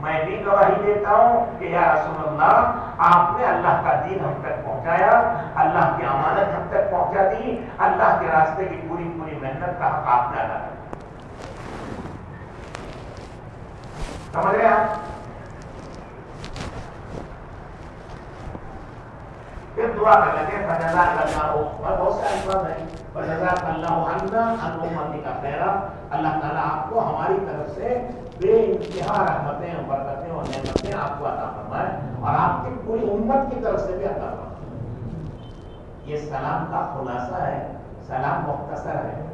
الصلاۃ والسلام علیک یا رسول اللہ، الصلاۃ والسلام علیک یا حبیب اللہ، الصلاۃ والسلام علیک یا خیر خلق اللہ، السلام علیکم ایھا النبی ورحمۃ اللہ وبرکاتہ۔ پھر آگے یا رسول اللہ انی اشہد ان لا الہ الا اللہ وحدہ لا شریک لہ واشہد انک، سمجھ رہے ہیں یا سو رہے ہیں؟ انا محمد نہیں بولنا، وہاں نام لینا گستاخی ہوتی ہے سامنے۔ اشہد انک عبدہ ورسولہ، پھر کہنا یا رسول اللہ انی اشہد انک قد بلغت الرسالہ وادیت الامانہ ونصحت الامہ وجاہدت فی سبیل اللہ حق جہاد حتی اتاہ الیقین۔ فجزاک اللہ عنا عن المسلمین خیرا، یا عن امتی کا خیرا، جو مختلف الفاظ کتابوں میں ملیں گے کوئی بھی ہوگی، یہ آپ کا سلام ہو گیا۔ سمجھ رہے؟ سمجھ کے پڑھنا میں کیا کہہ رہا ہوں۔ کورٹ پہ جاتے ہیں، مجسٹریٹ کے سامنے عرضی دیتے ہیں تو سمجھ کے دیتے ہیں یا ویسے ہی پڑھتے جاتے ہیں طوطے کی طرح؟ طوطے کی طرح رٹ کے جاتے ہیں یا سمجھ کے جاتے ہیں؟ سمجھ کے جانے تو سیدھا کرتے جاتے ہیں، یا سمجھ کے پڑھو۔ شہنشاہ کائنات تمہارے سامنے ہے، اماموں کے امام، نبیوں کے نبی، کائنات کے سردار و سرتاج آپ کے سامنے ہیں، ادب سے، احترام سے، دبی آواز سے یہ سلام کہیے۔ اس سے کم بھی کریں تو بھی ہو جائے، جیسے میں نے پہلے عرض کیا، صرف اتنا کہہ دیں السلام علیکم ایھا النبی ورحمۃ اللہ وبرکاتہ، یہ بھی ہو جائے۔ یہ سلام تو روز پڑھتے نا، ارے روز پڑھتے نہیں پڑھتے؟ نماز پڑھنے والے نمازی روزانہ 40-50 مرتبہ حضور اکرم صلی اللہ علیہ وسلم پر صلاۃ و سلام پڑھتے ہیں، سمجھ میں آئی؟ اور درود شریف پڑھنے والے بھی تو صلاۃ و سلام پڑھتے ہیں۔ درود کا مطلب اردو میں درود ہے، وہی صلاۃ و سلام ہے، اس کے معنی وہ صلاۃ و سلام۔ لوگوں کو غلط فہمی ہو جاتی ہے کہ سلام نہیں پڑھتے ہیں، سلام تو روز پڑھتے ہیں، تبلیغ والے سب سے زیادہ پڑھتے ہیں، صبح سے شام تک، صبح ان کو 100 مرتبہ، شام 100 مرتبہ، کم سے کم درود پڑھتے ہیں، وہ 200 مرتبہ، وہ روزانہ 200 مرتبہ صلاۃ و سلام پڑھتے ہیں۔ نمازوں میں 50 مرتبہ الگ پڑھتے ہیں، یہ نئے لوگوں کے لیے۔ پرانے لوگ 5000 مرتبہ درود شریف پڑھتے ہیں، تو 5000 مرتبہ صلاۃ و سلام پڑھتے ہیں۔ ہمارے اکابرین و بزرگان دین تھے، ہمارے سلسلے کے پیر و مرشد، وہ روزانہ 25000 مرتبہ پڑھتے ہیں۔ اب تو پڑھنا بھی مشکل ہے، وہ 25000 مرتبہ وہ صلاۃ و سلام پڑھتے ہیں۔ صلاۃ و سلام عربی میں ہے، اس کا نام صلاۃ و سلام ہے، گانے کا نام نہیں ہے۔ نماز میں بھی صلاۃ و سلام ہے، سلام کے بغیر نماز نہیں ہوتی۔ حضور پر سلام نہ پڑھو، حضور کا نام نہ لو تو نماز نہیں ہوتی، حضور کا نام نہ لو تو آزان نہیں ہوتی، حضور کا نام نہ لو تو تمہارا کلمہ ایمان صحیح نہیں ہوتا۔ لا الہ الا اللہ ہے تو ساتھ میں محمد رسول اللہ بھی ہے۔ اذان میں اشہد ان لا الہ الا اللہ ہے تو ساتھ ہی اشہد ان محمد رسول اللہ ہے۔ التحیات للہ والصلوات والطیبات، اللہ کی تعریف ہے تو ساتھ ہی السلام علیکم ایھا النبی ورحمۃ اللہ وبرکاتہ، یہ سلام بھی ساتھ ہے۔ اللہ کے ناموں کے ساتھ رسول اللہ کا بھی نام ہے۔ وہ ہم نہیں سمجھتے، وہ الگ چیز ہے۔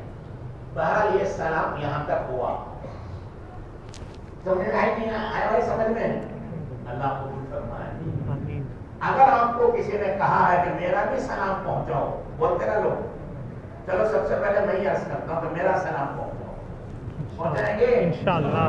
تو اس میں کہنا جس کا نام ہے اس کا نام اور اس کے والد کا نام بولنا، محمد قاسم قریشی اور باپ کا نام محمد غوث قریشی۔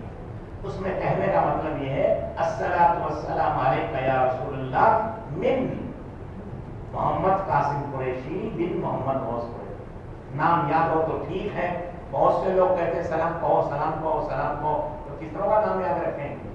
اتنی دیر میں کھڑنے بھی نہیں دیں گی پولیس، تو کہنا یا رسول اللہ آپ کے بہت سے عاشق و محبوب و دیوانے آپ پر سلام پڑھتے ہیں، ان کا سلام قبول کریے اور آپ ان کے لیے استغفار کریں اور ان کے لیے شفاعت کریں۔ یہ بھی کہنے سے نام یاد ہو نام سے کہو، نام یاد نہیں بہت سے لوگ ہیں تو یہ کہہ رہے ہیں یا رسول اللہ آپ کے بہت سے امتیوں نے سلام پیش کیا ہے، قبول کرنا ہے اور آپ کی شفاعت چاہتے ہیں۔ کتنا ہو گیا؟ جلدی جلدی پڑھنا پڑتا وہاں، سکون سے نہیں ہوتا تھا، سکون سے پڑھنا اور آدھی رات میں آنا، 2 بجے سے پہلے، 2 کے بعد مجمع آنا شروع ہو جاتا وہاں۔ ہندوستان کی طرح نہیں، اذان کے بعد لوگ مسجد میں آتے ہیں اور 2 بجے سے آنا شروع ہو جاتے ہیں، 2 سے پہلے پہلے جاؤ۔ اس کے بعد 2 ہاتھ ذرا سیدھے ہاتھ کی طرف ہٹو، وہاں بھی ایسے ایک دروازہ ہے، اس میں ایک کھڑکی ہے، وہ حضرت ابو بکر صدیق رضی اللہ تعالیٰ عنہ کا مزار مبارک ہے۔ وہاں کھڑے ہو کے حضرت ابو بکر صدیق رضی اللہ تعالیٰ عنہ کو سلام دو، السلام علیک یا خلیفۃ رسول اللہ، السلام علیک یا خلیفۃ رسول اللہ صلی اللہ علیہ وسلم، ثانیہ فی الغار رفیقہ فی الاسفار امینہ علی الاسرار، سیدنا ابا بکر صدیق رضی اللہ تعالی عنہ کا، انہوں نہیں کرنا، ان کا کہنا سامنے موجود۔ اس کا مطلب یہ ہے کہ اے اللہ کے خلیفہ، اے اللہ کے رسول کے سفر کے ساتھی، اے اللہ کے رسول کے راز کے بھید جاننے والے، آپ پر ہماری طرف سے سلامتی، آپ پر بھی اللہ تعالیٰ سلامتی نازل کرے، وجزاک اللہ عنا عن المسلمین خیرا، ہماری طرف سے بھی آپ کو سلام ہے اور تمام عالم کے مسلمانوں کی طرف سے بھی آپ پر سلام۔ پھر ایک ہاتھ اور آگے بڑھیں گے سیدھے ہاتھ کی طرف، تو وہاں بھی ایک دروازہ ہے، اس میں بھی ایک کھڑکی سی، ایک چھوٹی سی، وہ حضرت عمر رضی اللہ تعالیٰ عنہ کا مزار مبارک ہے۔ وہاں کھڑے ہو کے سلام کریے، السلام علیک یا امیر المومنین سیدنا عمر بن الخطاب رضی اللہ تعالیٰ عنہ کا، وجزاک اللہ عنا عن المسلمین خیرا، اللہ آپ کو ہماری اور پوری امت کی طرف سے جزائے دے۔ مختلف الفاظ اور بھی ہیں، کتابوں سے یاد کر لے تو اچھا ہے، کم سے کم اتنا کہہ لینا، نہیں تو صرف کہہ دیجیے السلام علیک یا ابا بکر صدیق رضی اللہ تعالیٰ، بس السلام علیک یا عمر بن الخطاب رضی اللہ تعالیٰ، یہ ہو گیا سلام۔ اور دوسرے الفاظ بھی ہیں، کتابوں میں لکھے ہیں، آپ کو جتنے یاد ہو جائے اتنا یاد کریے، نہیں تو کم سے کم السلام علیکم کر کے حضور اکرم صلی اللہ علیہ وسلم پر بھی محبت کے ساتھ دیر تک کھڑنے کی گنجائش ہے، دیر تک کھڑے ہو کے سلام کریں، دعا کریں، نہیں ہے تو کم سے کم السلام علیکم ایھا النبی ورحمۃ اللہ وبرکاتہ، دن کے وقت میں اتنا بھی کافی ہے۔ سکون کا وقت ہے، آرام سے آؤ، صبح 8 بجے آؤ، وقت فارغ نہیں لیتے لوگ، فجر کی نماز کا سلام پڑھ پڑھ کے اشراق تک فارغ ہو کے چلے جاتے ہیں۔ ذرا آپ پہلے جا کے ناشتہ واشتہ کر کے 8 بجے آؤ، انشاءاللہ ہلکا پھلکا بھیڑ نہیں ملے گی، اور رات کو 12 بجے 11 بجے جاؤ اور بھیڑ نہیں ملے گی، کھلتا رہے گا، اس وقت میں اطمینان سے لمبے لمبے سلام پڑھ سکتے ہیں۔ اور بھیڑ کے وقت میں ان کو برا بھلا مت کرو، پولیس والے ہو، حکومت والے ہو، وہاں کے عوام کو، تو آپ سنتے رہتے ہیں نا مدینہ طیبہ میں، وہاں کی کسی چیز کو بھی برا نہیں کہنا، حضور صلی اللہ علیہ وسلم کی ان کو نسبت ہے۔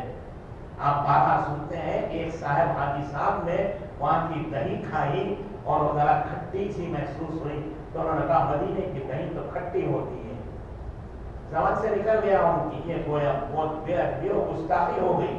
اور آپ کو رسول اللہ صلی اللہ علیہ وسلم خواب میں تشریف لائے، کہا تمہیں میٹھی دہی جہاں ملتی ہے وہاں چلے جاؤ، یہاں کیوں آئے ہو؟ مدینے کی دہی کھٹی تھا کیوں ایسا؟ تو ان کو نکال دیا، دہی کو کھٹی نہیں کہہ سکتے تو انسانوں کو کھٹا اور برا کیسے کہہ سکتے؟ اور وہاں کے امام کو بہت سے لوگ برا بولتے ہیں، وہ کافر ہے، وہ مشرک ہے، وہ وہابی ہے، وہ لہابی ہے، اس کے پیچھے نماز نہیں ہوتی، اور بہت سے لوگ نمازیں نہیں پڑھتے۔ ذرا عقل سے کام کریے. جب رسول اللہ صلی اللہ علیہ وسلم کو دہی کو برا کہنا پسند نہیں آیا, اس کو نکال دیا, تو کیا وہ وہابی کے پیچھے آپ کی نماز پڑھوا رہے ہیں؟ اس کو نکال نہیں سکتے ہیں. کہ کافر کو اپنی مسجد کا امام بنا دیا انہوں نے. رسول اللہ صلی اللہ علیہ وسلم نے مشرک کو امام بنایا, وہابی کو امام بنایا, بے دین کو امام بنایا. کیا حضور صلی اللہ علیہ وسلم نہیں دیکھ رہے ہیں؟ تو یہ سمجھتے ہیں ان کے اپنوں کو پتھر پڑا ہوا ہے. دنیا ان کے پیچھے نماز پڑھتی ہے. مفتی, مولانا, علامہ, خطب, ابدال, غوث. اس زمانے میں غوث ہیں, اس زمانے میں خطب ہیں, اس زمانے میں ابدال ہیں, اس زمانے میں اولیاء ہیں. سب اس سے قدم آگے بھی بولتے ہیں. جب مکے کا امام بھی وہاں بھی ہے, اللہ کے گھر کا امام. اب اللہ اتنے مجبور ہو گئے, نعوذ باللہ, اللہ کے ہاتھ پیر ٹوٹ گئے, اللہ کا دل و دماغ خارج مار ڈالا, وہ کچھ نہیں کر سکتے. ایک امام کو بھی صحیح نہیں رکھ سکتے. اللہ تعالیٰ اپنے گھر میں ایک کافر کو کھڑا کے امامت کرا رہے ہیں. لا حول ولا قوت الا باللہ العلی العظیم. جہالت کی انتہا ہو گئی کہ اللہ کو اتنا بھی اختیار نہیں کہ ایک اچھے آدمی کو امام بنا دیں, کیونکہ اللہ مجبور ہو گئے. یہ سب حرکتیں کرنا اچھا نہیں ہے. مکہ ہمارے رب کا مکان اور گھر ہے, وہاں کے لوگوں کو برا بھلا کہنا جائز نہیں. امام کو برا بھلا کہنا کہاں جائز ہے؟ ٹھیک ہے, آپ کے خیال کا نہیں ہے تو آپ کے خیال کا ہونا ضروری نہیں ہے. حنفی لوگ آپ حنفی خیال سے پڑھتے ہیں, شافعی لوگ شافعی خیال سے پڑھتے ہیں, تو دونوں مسلمان ہیں. کیا کافر ہے کوئی؟ حنفیوں کے ہاں امام کے پیچھے فاتحہ پڑھنا حرام ہے, نہیں پڑھ سکتے. شافعی حضرات کے ہاں امام کے پیچھے بھی فاتحہ پڑھنا فرض ہے. اس میں اختلاف مسائل کا ہوا, اختلاف اللہ کی رحمت ہے, اسے جھگڑنے کی چیز نہیں ہوتی. اتنی بڑی خیر سے محروم ہونا بہت بڑی بدبختی اور بدنصیبی کی بات ہے. اس مسئلے میں بات نہیں آتا کہ 40 آدمی کہیں جمع ہوتے ہیں تو اس میں ایک اللہ والا بھی ہوتا ہے. 40, اور جہاں 40 لاکھ جمع ہو, کتنے اللہ والے ہوں گے؟ اور اس کے امام کو آپ وہاں بھی قرار دیں, وہ کافر بنا دیں, مشرک بنا دیں. کیا اللہ کو پسند آئے گا؟ کیا اللہ تعالیٰ مجبور ہو کے نکال نہیں سکتے کافر مشرک امام کو؟ دوسرا اچھا آدمی نہیں رکھ سکتے کہ میں اللہ مجبور ہے کیا؟ بولو یار, رسول اللہ مجبور ہو گئے, اپنی ساری امت کو ایک کافر کے حوالے کر دیا, ایک بے دین کے حوالے کر دیا. تو پھر آپ نے اللہ رسول کو مانا کہاں ہے؟ آپ تو اپنے نفس کو مان رہے, اللہ کو کہاں مان رہے؟ تو بہرحال مدینے کی گلیوں میں پھرنا, اس کی مٹھی بھی آنکھوں میں رکھنے سے بہت زیادہ ثواب ہے. آپ مت رکھنا, سرنے سے زیادہ محبت. خاک شفا ہے, کیا کہتے ہوتے ہیں؟ خاک شفا, صحت کی یہ مٹھی ہے. مٹھی کو برا نہیں کہہ سکتے, دلی کو برا نہیں کہہ سکتے, وہاں کی دہی اور دودھ کو خراب نہیں کہہ سکتے. وہاں کے لوگوں کو, یہ اللہ کے رسول کے پڑوسی ہیں, ہمیں کہاں پڑوس نصیب ہے. اور برسوں زندگی گزارنے, ہمیں تو زندگی میں ایک ہفتہ مل رہا ہے. وہ مبارک و مقدس لوگ ہیں. رسول اللہ صلی اللہ علیہ وسلم مدینے والوں کی سفارش کریں گے, تو ہم کیوں اس کا آڑے جا رہے ہیں؟ ہمارے لیے حکم ہے مکے والے مدینے والوں سے جھگڑو, کوئی غلطی ہو ایک انسان سے ہو, یہ درگزر کر دو, حضور کی وجہ سے معاف کر دو. قیمت دکاندار زیادہ بولے تو اسے مت بولے ایک جھوٹ بولتا ہے, ناراض ہے, نہیں جی چاہ رہا لینا دے دو قیمت. مدینے والے کو دے نا, مدینے کا خرچ ہے, جھگڑے مت دو. کوئی خیرات مانگتا ہے تو اسے مت کرا دے, تو ماندار ہے, مانگ مانگ کے کروڑوں روپے جمع کر دو. وہ کیا کرو, دینا ہے دے دو, نہیں دینا جاؤ, برا کیوں کہتے؟ ہمارے ایک جمعہ میں کوئی آدمی بھیک مانگنے والا ہے, چار میں پیسے دیتے تھے. تمہیں ایک آدمی آیا, کہا جا کے کما کے کھانا کیوں مروا جا بھیک مانگ, کہتے حضرت جاؤ گی تو کما لے. 304 میں اتنے بڑے باتیں کرتے تمہیں, چار میں 300 بڑی باتیں کرنے کی ضرورت کیا ہے؟ اس لیے مدینے والوں کو برا کہنا اچھا نہیں. وہ کچھ بھی ہیں اللہ کے رسول کے پڑوسی ہیں. پڑوس کا اللہ کے رسول خیال رکھتے ہیں, پڑوسی کی غلطیاں معاف کر دیتے ہیں. تو اس لیے وہاں کوئی بات نہیں. اب تو اسی طرح کا کیا پوچھا جاتا ہے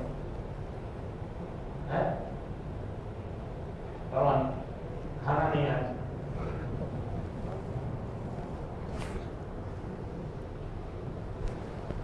مدینہ منورہ میں جہاں بھی رہیں, کہیں گھومنے پھرنے جائیں, کھانے سونے بھی, تو کچھ بھی کرو, لیکن مدینہ کی بڑی مسجد میں, مسجد نبوی میں 40 نمازیں کم سے کم پڑھنا.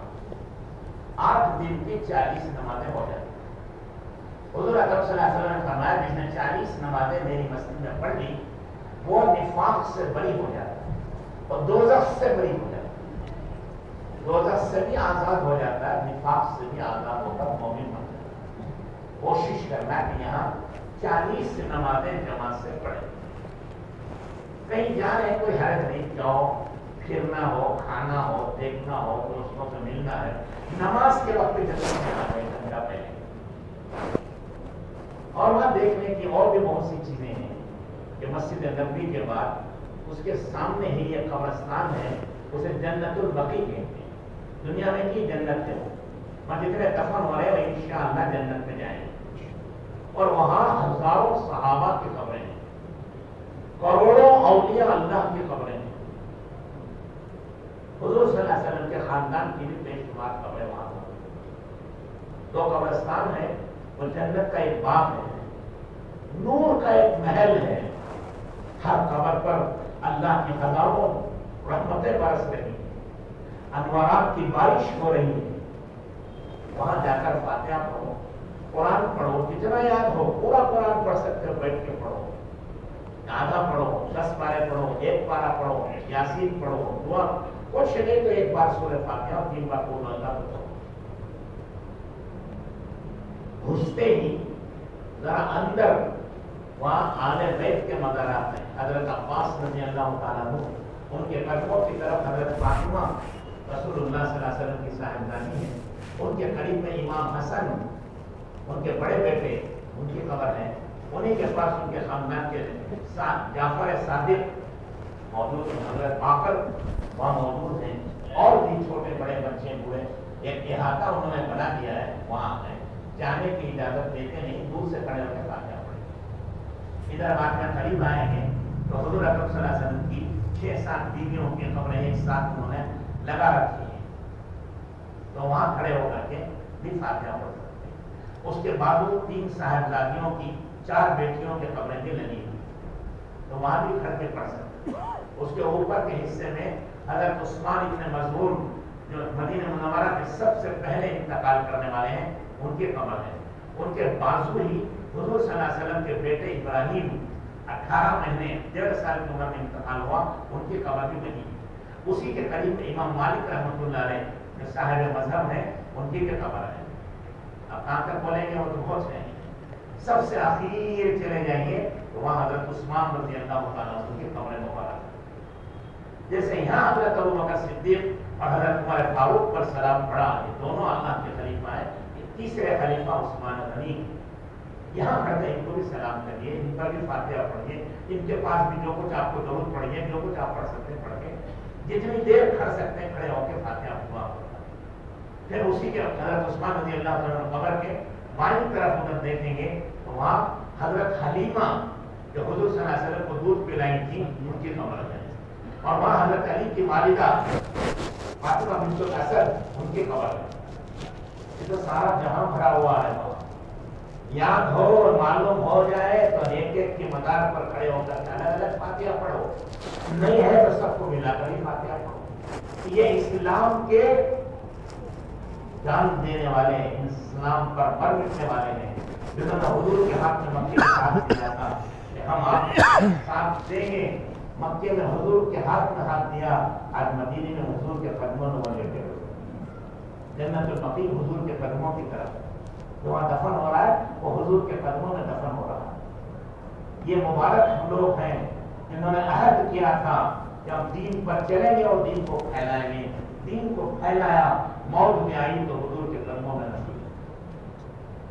حسرت کی نگاہ سے ڈالیے، حسرت کی نگاہ سے پورے قبرستان پر ایک نظر ڈالیے کہ کروڑوں اولیاء اللہ، ہزاروں صحابہ، ہزاروں شہداء، جن کا ایک ایک آج کی پوری دنیا سے زیادہ بھاری ہے۔ وہاں سے فارغ ہو جائیے، پھر اور اس سے وہاں اور ایک جگہ جبل احد ہے، 3 میل پر ایک پہاڑ ہے احد نام سے۔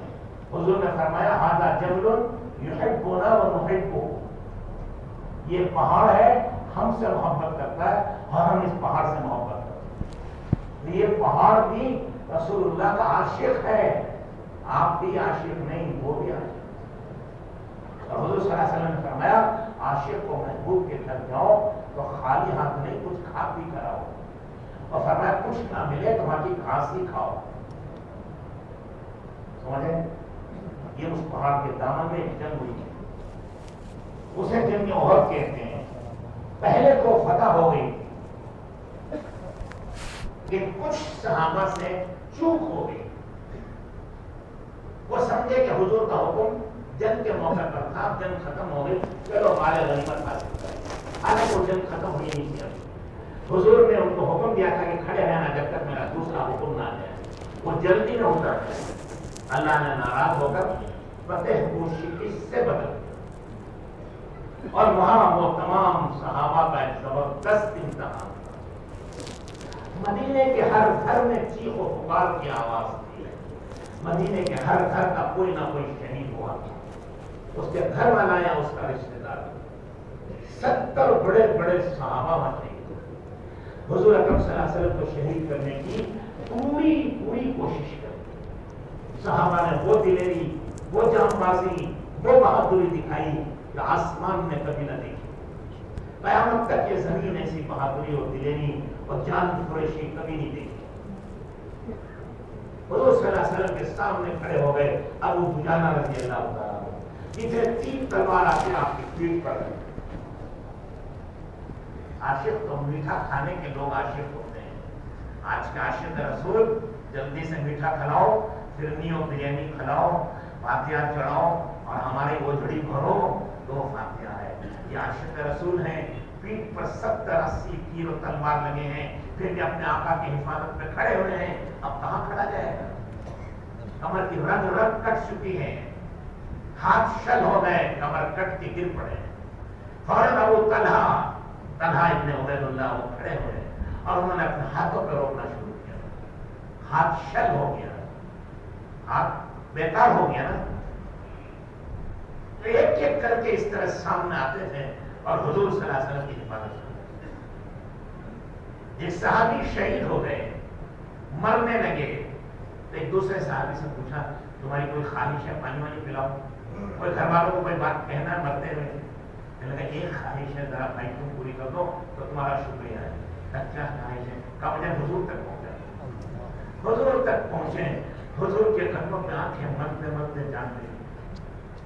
حضرت عمارہ ابن زیاد رضی اللہ تعالیٰ عنہ تھے، حضور کے قدموں پہ آنکھیں ملتے روتے روتے جان گئی۔ یہ سچے عاشق تھے۔ ایک صحابی سے پوچھا آپ کی کیا خواہش ہے؟ کہا حضور کی ایک مرتبہ زیارت کرو۔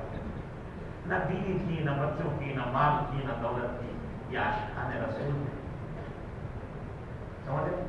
حضرت حمزہ حضور کے بڑے محبوب چچا، بڑی محبت تھی، عمر میں بھی چھوٹے تھے، حضور کے ساتھ برابر تھی، اس لیے دوستی بھی تھی، یارانہ بھی تھی، عاشرے بھی تھے، اور حضور کو خوش کرنے انہوں نے ایمان قبول کیا۔ ایک بتاؤ شکار کو گئے، واپس ہے تو ان کی ماضی نے کہا تم شکار کرتے پھرتے رہتے ہو، تمہارے بھتیجے کو ابو جہل نے اتنی بری گالیاں دی ہیں کہ کوئی سن نہیں سکتا ہے۔ اسی ہتھیار کے ساتھ گئے، ابو جہل کو مجلس میں سر پر مار کے سر توڑ دیا۔ کہا محمد اگر آئندہ ستایا تو تیری گردن اڑا دوں گا۔ اور مکے مکرمہ عربوں کے ہاں بدلہ لینا بڑی چیز تھی۔ دوڑ کے حضرت حضور کے پاس آئے، فرمایا کہ بھتیجے محمد میں نے تمہارا بدلہ لے لیا اور ابو جہل کا سر توڑ دیا ہے، آئندہ تمہارے ساتھ گستاخی نہیں کرے۔ حضور صلی اللہ علیہ وسلم نے سنجیدگی سے کہا کہ ابا چچا جان ہماری خوشی بدلے میں نہیں ہے، لیکن آپ کی خوشی کے لیے تو میں نے کیا ہے. آپ کس سے خوش ہوتے ہیں؟ میری خوشی ہے. بولو الحمدللہ اور اشہد ان لا الہ الا اللہ واشہد ان محمد رسول اللہ. اگر آپ کی خوشی اس کلمہ پڑھنے میں ہے تو میں کلمہ پڑھتا ہوں، مسلمان ہوں. اور ساتھ رہتے تھے ہمیشہ دو دوستوں کی طرح، ایک چچا بھتیجے لیکن ہم عمر. اور وہ دونوں ہاتھوں سے تلوار چلانا جانتے تھے. دائیں ہاتھ سے تو وہ چلاتا نہیں نا، سیدھے ہاتھ سے چلاتا ہے. اور بعض ماہرین ہوتے ہیں بڑے سردار، وہ دونوں ہاتھوں سے چلاتے ہیں. تو نہ کہ دونوں ہاتھوں سے تلوار چلاتے تھے، کوئی ان کے سامنے نہیں آتا. جیسے شیر سے لوگ ڈر کے دور بھاگتے ہیں، حضرت حمزہ سے بھاگتے ہیں. وہ ایک ہزار کا مقابلہ اکیلے کر سکتے. لیکن جب ہار گئے اور بھاگ گئے مشرکین تو یہ اطمینان سے آ رہے تھے. ہندا ایک عورت ہے جو بعد میں مسلمان ہو گئی. ان کے ماں قطبہ تھے، ان کو حضرت حمزہ نے قتل کیا تھا بدر میں. ان کی بیٹی ہندا تھی. اس نے قسم کھائی تھی کہ میں اپنے باپ کا بدلہ لوں گی. اس نے وحشی ایک حبشی غلام تھا بڑا طاقتور، اور نیزے پھینکنے کا فن تھا. اس نے دور سے پھینک کر مار دیتا تھا. اس کو بڑا انعام دیا کہ حمزہ کو قتل کر تجھے آزاد کر دوں گی اور وہ مانگے تجھے انعام بھی دوں. تو اس نے وہ پچھوڑا اور چاقو زہر میں لگا کر وہ پہاڑ کی آڑ میں بیٹھ گیا جہاں سے حضرت حمزہ آ رہے ہیں. انہوں نے دیکھا بھی لیکن غلاموں پہ حملہ کرنا اچھا نہیں سمجھتے تھے. بہادروں کی نشانی ہوتی تھی وہ غلام پر، عورت پر، بچوں پر، بزدل اور کمزور پر ہاتھ نہیں اٹھاتے. لڑنا ہو اپنے برابر کا پہلوان ہو، اپنے برابر ٹکر کا آدمی ہو، اس سے لڑائی کرنا وہ بہادری کی علامت ہے.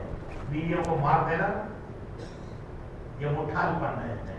ارے مارنا ہے تو مارو، آؤ جو میدان میں. کمزور کو مار دیا، نوکر کو مار دیا، غریب کو مار دیا، یہ سب بزدلی کی نشانی ہے. ہمت کی نشانی ہے کہ اور برابر کے آدمی کے ساتھ ٹکراؤ. تو یہ غلام تھے. حضرت ہندا کو بھی دیکھ لیا تھا. عورت پر ہاتھ اٹھانا مسلمان کی شان کے خلاف تھا. لیکن یہ عورت ہے، یہ غلام نہیں، اس کو جانے دو. وہ آگے نکلے، پیچھے سے انہیں پرچم پھینک کے مارا. وہ سیدھے ناف میں لگا، وہ کٹتا ہوا نیچے اتر گیا. زہر لگا ہوا تھا اسی میں، وہ شہید ہو گئے. اٹھائی نہیں تلوار وہ غلام کو قتل کرنے. لیکن پھر یہ خیال ہے کہ غلاموں کو مارنا کون سی بڑی بہادری ہے، کمزور کو مارنا کون سی بڑی بہادری ہے. وہ غش کھا کے نیچے جب انتقال ہوا تو ہندا نے ان کا سینہ چیر کر کلیجہ نکال کے چبا کے کھایا. جب نگلنے نہیں ہوا تو تھوک دیا. ان کی آنکھ، ناک، کان کاٹ کر ہار بنا کے ناچی خوشی میں. حضور صلی اللہ علیہ وسلم جنگ کے بعد پوچھا کہ میرے چچا نظر نہیں آتے. لوگوں نے کہا یا رسول اللہ وہاں زخمی پڑے خراب ہو گیا. تو حضور صلی اللہ علیہ وسلم خود گئے دیکھنے کے لیے. دیکھا کہ ہاتھ کٹے ہوئے، ناک کٹی ہوئی، آنکھیں کٹی ہوئی، نکلی ہوئی، کان کٹے ہوئے. دیکھ کر حضور صلی اللہ علیہ وسلم تو رحمتوں کے لالمی تھے. آپ کی چیخیں نکل گئی. حضور کبھی چیخ سے زور سے نہیں روتے تھے. حضور روتے تھے صرف آنسو بہتے تھے. لیکن یہ برا حال دیکھا کہ دشمن کا بھی کوئی دشمن نہیں کر سکتا جتنا انہوں نے کر دیا. چیخیں نکل. جبرائیل علیہ السلام آسمان سے اترے، کہنے لگے یا رسول اللہ روئیے. اللہ نے آپ کے چچا کا نام عرش پر لکھ دیا. الحمزۃ اسد اللہ و اسد رسولہ. حمزہ اللہ اس کے رسول کے شعر ہے. وہ وہی آرام کر رہے ہیں اسی میدان جنگ میں، اسی احد کی پہاڑی کے دامن میں. ان کے پاس میں حضور صلی اللہ علیہ وسلم کے ایک صحابی ہیں صالح نسبتی برادر عبداللہ ابن جہش. انہوں نے دعا خود مانگی تھی کہ پروردگار کل ایک زبردست دشمن سے مقابلہ ہو، میں بھی حملہ کروں، وہ بھی حملہ کرے اور مجھے شہید کر دے، مجھے شہادت کی عزت ملے، میرے ہاتھ پیر کو کاٹ دے. بعض جگہ انہوں نے کہا کہ میرے دفن کرنے والا بھی کوئی نہ ہو، جنگل کے درندے کھا جائیں، پرندے کھا جائیں، قیامت کے دن تو سب کو اٹھائے گا، تو میں کہاں سے آؤں گا؟ میری تو لاش کا پتہ ہی نہیں ہے، قبر بھی نہیں۔ شیر کے پیٹ سے، ریچھ کے پیٹ سے، بندروں کے پیٹ سے، کبوتر کے پیٹ سے، اور طوطے کے، ان جانوروں کے پیٹوں سے، پرندوں کے پیٹوں سے نکل کے آ کے میرا جسم بنے۔ تو پوچھیں گا عبداللہ اتنی زبردست قربانی تو نے کیوں دی ہے؟ اپنے بدن کے ٹکڑے کروا دیا اور جانوروں کو کھلا دیا۔ میں عرض کروں کہ پروردگار تجھے راضی و خوش کرنے کے لیے اللہ نے کہ بے شک تو نے مجھے خوش کر دیا، اب میں تمہیں خوش کر دیا۔ وہ مبارک صحابی کی اسی انہی کے دامن میں ہے۔ ایک اور صحابی بھی وہاں ہے، مصعب ابن عمیر، وہ مکے کا شہزادہ تھا، 200 کے جوڑے پہنتا تھا، جس زمانے میں 2 روپے کا کپڑا کسی کو نصیب نہیں ہوتا، پھٹے کپڑے، بدن ننگا، ایک چادر پہ جیتے تھے۔ اس زمانے میں 200 درہم کا جوڑا پہنتا تھا۔ یمن سے اس کے جوتے بن کے آتے تھے، وہ ملکوں سے اس کی خوشبو آتی تھی، گلی میں گزر جائے تو گھنٹوں خوشبو مہکتی تھی۔ ماں باپ کا لاڈیلا بیٹا تھا، اسلام قبول کر لیا، ماں چیٹ کے ماں باپ نے باہر بھگا دیا، ننگا کر دیا۔ ماں کو حیا آئی، ایک چادر پہننے کے لے جا، لیکن جگہ اس نے بھی نہیں دی، رسول اللہ کی خدمت میں آ گئے۔ حضور صلی اللہ علیہ وسلم نے ان کو مدینہ طیبہ دعوت و تبلیغ کے لیے بھیجا۔ 1 سال مدینے میں رہے حضور سے پہلے، اور 1 سال میں اتنی محنت کی، بیٹھتے کرتے کرتے ہر گھر میں اسلام داخل ہو گیا، پورا نہیں تو کم سے کم آدھے لوگ گھر کے اسلام میں داخل۔ مدینے کا کوئی گھر باقی نہیں رہا جس میں اسلام نہ داخل ہوا ہو۔ یہ سب مدینے والے مصعب ابن عمیر رضی اللہ تعالیٰ عنہ کے نام اعمال ہیں۔ لیکن حال یہ تھا کہ جب احد میں یہ شہید ہوئے، کفن کی چادر پوری نہیں تھی، ایک چادر تھی، سر کی طرف کھولتے تو پاؤں کھل جاتے، پاؤں کی طرف کھینچ کے ڈھکتے تو سر کھل جاتے۔ حضور صلی اللہ علیہ وسلم نے فرمایا سر کی طرف چادر کر دو، پیروں پر گھاس ڈال دو۔ یہ مدینے کا شہنشاہ ہے، مدینے کا سارا اسلام اس نوجوان کے نام اعمال میں ہے۔ اللہ کیا دیں گے اس کا تصور نہیں کر سکتے۔ ایک ایک صحابی کو کیا ملے گا وہ نہیں معلوم ہے، تو سارے مدینے والوں کو کیا ملے گا؟ ان سب کے برابر یہ مصعب کو ملے گا۔ ایک ظاہری حالت ہم لوگ، یہ سب تینوں کے تینوں ایک ساتھ سو رہے ہیں، یہ اسلام کے شیر ہیں۔ اس کے اطراف کو 70 صحابہ کی بھی مدارات، یہاں بھی کھڑ کے فاتحہ پڑھیے، قرآن شریف پڑھیے، یاسین پڑھیے، دعا پڑھیے، اور یہ عہد کریے کہ اے اللہ جس طرح تیرے نیک بندوں نے تیرے دین و حیات کے لیے جانیں دی ہیں، ہمیں بھی تیرے دین کو زندہ کرنے کے لیے جانیں دینے کی توفیق۔ اس دلوں کی طرح، عورتوں کی طرح گھر میں مرنا یہ بری چیز ہے۔ گھر تو عورتوں کی چیز ہے، گھر میں عورتیں مرا کرتی ہیں، گھر میں جانور اور بکریاں مرا کرتے ہیں۔ مرد مجاہد اللہ کے راستے میں کہیں پہاڑیوں میں، کہیں وادیوں میں، کہیں مکے میں، کہیں مدینے میں، کہیں یورپ کی پہاڑیوں میں، کہیں افریقہ کے جنگلوں میں، کہیں عرب کے ریگستانوں میں اللہ کے دین کو پھیلاتے ہوئے وہی جان دے دے۔ اس کے گھر سے لے کر اس کی قبر عرب میں بنی ہے، امریکہ میں بنی ہے، یہاں سے وہاں تک کا ایک موتی اللہ بنائیں گے اور ایک موتی کا محل بنا کے دیں گے۔ اس کو دیکھ کر جنتی کے رش کریں گے، کاش ہم بھی اپنے اللہ کے راستے میں جان دیتے۔ جان تو جب ہی جائیں گے جب جانے کا وقت ہے، مت سے پہلے کوئی مرتا نہیں، اور وقت آ گیا تو کوئی جیتا نہیں۔ یہ تو ایمان ہے۔ تو وہاں کر کے یہ عہد کریے، اللہ سے وعدہ کریے کہ ہم بھی دین پر، اسلام پر جانے دیں گے۔ وہ مرے نہیں، وہ زندہ ہیں۔ آج کتنے لوگ ان کو فاتحہ پڑھ رہے ہیں، سال بھر ہزاروں آدمیوں کو دعا دے رہے ہیں، اور جو دنیا کے لیے بڑے بڑے محل بنائے تو ان کو کوئی فاتحہ پڑھ رہا ہے؟ مولا خاندان کے بادشاہوں کو کوئی فاتحہ پڑھنے جا رہا ہے؟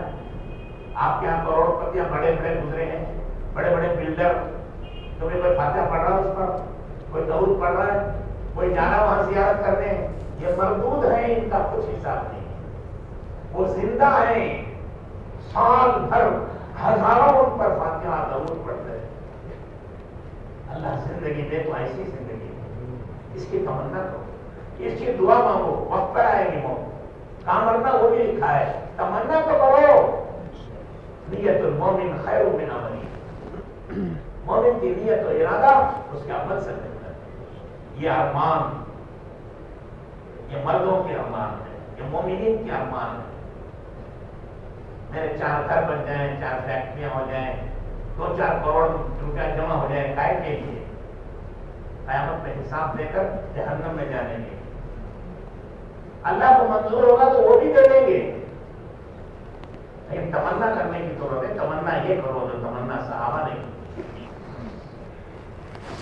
یہ وقت چلا جا رہا ہے، مدینے سے 2 کلومیٹر ادھر دوسری طرف جائیں گے، وہاں ایک مسجد ہے، مسجد قباء، وہ مدینہ منورہ کی مسجد سے بھی پہلی مسجد ہے، اور اللہ نے قرآن میں فرمایا کہ اس مسجد کی بنیاد تقوی پر ہے، اور اس مسجد کے نمازی پاک ہیں، پاکیزہ لوگ ہیں۔ آپ جائیے، کم سے کم 2 رکعت نماز پڑھیے۔ 2 رکعت نماز کا ثواب یہ عمرے کے برابر ہے۔ حضور اکرم صلی اللہ علیہ وسلم بھی جاتے تھے، ہفتے کے دن اکثر جاتے تھے، وہاں نماز پڑھتے، دعا مانگتے، وہاں ایک عمرے کا ثواب 2 رکعت پر۔ 10 رکعت پڑھو تو 2 کر کے 10 پڑھو تو 5 عمرے ہو گئے، ہو گئے نا 2 رکعت کا یہ کیا ہے پڑھیں گے۔ اب بہت سی وہاں کے کنویں ہیں، باغات ہیں، جن کنووں سے رسول اللہ صلی اللہ علیہ وسلم نے پانی پیا ہے۔ اگر آپ کو اب لمبا ہو جائے گا نا، اب تو بھوک لگ رہی ہے، گیس پیشنٹ ہو، گیس پیشنٹ تو ہے، آپ کو میں نہیں پوچھا ہے، کہہ رہے ہیں یا اللہ اس کا کب منہ بند ہوگا، کب اس کا منہ بند ہوگا، ہمارا منہ کھلے گا۔ اس لیے باقی انشاءاللہ باقی تو وہاں بہت سے کنویں ہیں، حضور صلی اللہ علیہ وسلم کے زمانے میں حضور نے ان کنووں سے پانی بھی پیا ہے۔ اگر آپ کو کنواں ملے اس میں پانی پاک صاف ہے تو آپ ہی پیو۔ بہت سے کنویں سوکھ چکے ہیں، بند ہو گئے ہیں، کچھ کنویں ابھی بھی ہیں، یا مدینے والے کہتے ہیں کہ اس کا پانی حضور نے پیا ہے، آپ کو نصیب ہو جائے آپ ہی پیو۔ کچھ باغات ہیں کھجور کے، جن کھجوروں کے باغات سے حضور صلی اللہ علیہ وسلم کھجور کھاتے تھے، اور ان باغات کے کھجور حضور کو لوگ لا کے تحفہ دیتے تھے۔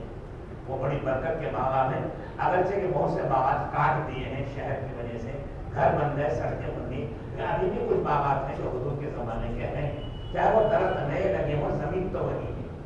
اگر آپ کو معلوم ہے وہاں جائیں، وہاں کھجور کھائیں، 1-2 بھی کھا لیں، نہ بھی کھائیں تو زیارت تو کر لیں، حضور کے زمانے کی چیز ہے۔ ایسی مسجدیں ہیں حضور صلی اللہ علیہ وسلم کے زمانے میں، یہ بڑی مسجد مسجد نبوی کے علاوہ اور بھی 14 مسجدیں ہیں۔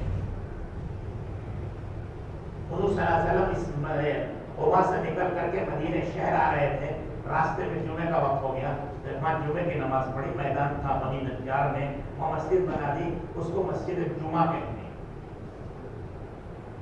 پہلے بیت المقدس کی طرف منہ کر کے نماز پڑھتے تھے، اللہ نے حکم دیا کہ بیت اللہ مکے کی طرف نماز منہ کر کے نماز پڑھو، تو حضور صلی اللہ علیہ وسلم پھر گئے بیت المقدس سے بیت اللہ مکے کی طرف، وہاں نماز پڑھ کے ایک آدمی جا کر کے دوسری مسجد میں اس نے اعلان کیا کہ قبلہ بدل گیا ہے، بیت المقدس سے بیت اللہ کی طرف، اور نماز میں ہی گھوم گئے سب بیت اللہ کی طرف، مکے کی طرف۔ تو اس کو کہتے ہیں مسجد قبلتین، 2 قبلے والا مسجد۔ پہلے قبلہ بیت المقدس، ادھر نماز پڑھتے تھے، ادھر بھی محراب ہے، اب ادھر نماز پڑھے کعبے کی طرف، ادھر بھی ایک محراب ہے، 2 محرابیں ہیں، اسے مسجد قبلتین کے۔ بہت سی مسجدیں سنتے رہو گے کیا؟ خندق کے موقع پر 5 جگہوں پر ایک جگہ حضور صلی اللہ علیہ وسلم نے دعا مانگی، ابو بکر صدیق رضی اللہ تعالیٰ نے دعا مانگی، حضرت عمر کا خیمہ تھا وہاں دعا مانگی، حضرت علی نے وہاں کے خیمے میں دعا مانگی، انہی کے خیمے میں حضرت فاطمہ بیوی تھی ان کی، وہاں کی انہوں نے دعائیں مانگی، الگ الگ جگہوں پر دعائیں مانگی تھی اپنے خیموں میں۔ اب ان کو یادگار کے لیے ہر جگہ ایک مسجد بنا دیا، تو مشہور ہے 5 مسجدیں ہیں، خندق کی مسجدیں کہلاتی ہیں، لیکن اب حکومت نے سب کو ملا کے ایک مسجد بنا دی، سب توڑ کاٹ کے چھوٹی چھوٹی مسجدیں ایک بڑی مسجد ہو گئی۔ اللہ توفیق دے وہاں جا کے زیارت کریں، جہاں بھی جائیں مسجد میں 2 رکعت تحیۃ المسجد پڑھیں، صرف دیکھ کر نہ آئیں۔ حضور اکرم صلی اللہ علیہ وسلم نے فرمایا یہ قیامت کی علامت ہے کہ آدمی مسجد کی دیکھ لے کر چلے جائے، نماز نہ پڑھے، اس لیے کم سے کم 2 رکعت، زیادہ اللہ جتنی توفیق دے آپ کو پڑھ سکتے۔ اور بھی مسجدیں ہیں، اور بھی باغات ہیں اور بھی کنویں ہیں حضور صلی اللہ علیہ وسلم کے زمانے کے، جو آپ کو دکھائیں، جو آپ کو معلوم ہو اس کی برکت حاصل کرنے کی ضرور کوشش کریں۔ اور آخری دن جب آپ کو یہ بستر لپیٹنے واپس آنے کے لیے تو ایک سلام، آخری سلام کریں۔ آخری سلام جیسے میں نے سننے عرض کیا تھا، جب ہم طواف میں ودا کرتے ہیں، وہ طواف تو سادہ ہے، ایسے یہ سلام بھی سادہ ہے جو اب تک آپ سلام کرتے تھے وہی سلام ہے، لیکن آپ کی جدائی ہو رہی ہے حضور صلی اللہ علیہ وسلم سے۔ جیسے کوئی ماں کا اکلوتا بچہ ماں سے چمٹ جاتا ہے، لاکھ دوسرے کھینچے نہیں آتا، پلٹ پلٹ کے اسی سے لپٹتا ہے، زبردستی اسے لیتے ہیں۔ ایسے آپ کو مدینے سے جانا نہیں چاہ رہے ہیں، یہی مرنا چاہ رہے ہیں، حضور کے قدموں میں رہنا چاہ رہے ہیں، لیکن حکومت آپ کو نکال رہی ہے، تو روتے ہوئے دل بلاتے ہوئے تڑپتے ہوئے ایک سلام کرنا، بدائی سلام۔ سلام وہی ہے جو آپ نے پڑھا ہے، لیکن آخر میں یہ دعا کرنا کہ پروردگار میری یہ حاضری آخر نہ ہو جائے، مجھے بار بار حاضر ہونے کی توفیق دے، بار بار آنے کی توفیق دے، جو میرے قصور ہوئے اس سفر میں اور مدینہ طیبہ میں جو گستاخی و بےادبی ہوئی اپنے کرم سے معاف کر دے۔ کوئی خیر وجود میں آیا، کوئی خیر کا کام میں نے کیا ہے، اے اللہ اس کو باقی رکھ، اور جو کوئی غلطی ہوئی اس کو معاف کر دے، اس غلطی کی وجہ سے مجھے محروم نہ کرنا، مجھے ہر سال ہر بار بار بار آنے کی توفیق، رو رو کر دعا مانگی، تڑپ تڑپ کر بلک بلک کر مانگیے، پھر آہستہ سے مسجد نبی سے آپ نکلیے، اور جب تک مدینے میں ہیں بار بار صلاۃ و سلام پڑھ سکتے ہیں، ایک بار، دو بار، 10 بار، اتنا خیال رکھو، دل جاگتا رہے تو سمجھو قسمت جاگی، دوڑ کے حضور کے روضے پر کھڑے ہو کے سلام کرو۔ دل میں سستی ہے، کاہلی ہے، مردہ پن ہے، دل میں خوشی نہیں ہے، ایسے وقت میں مت ہو۔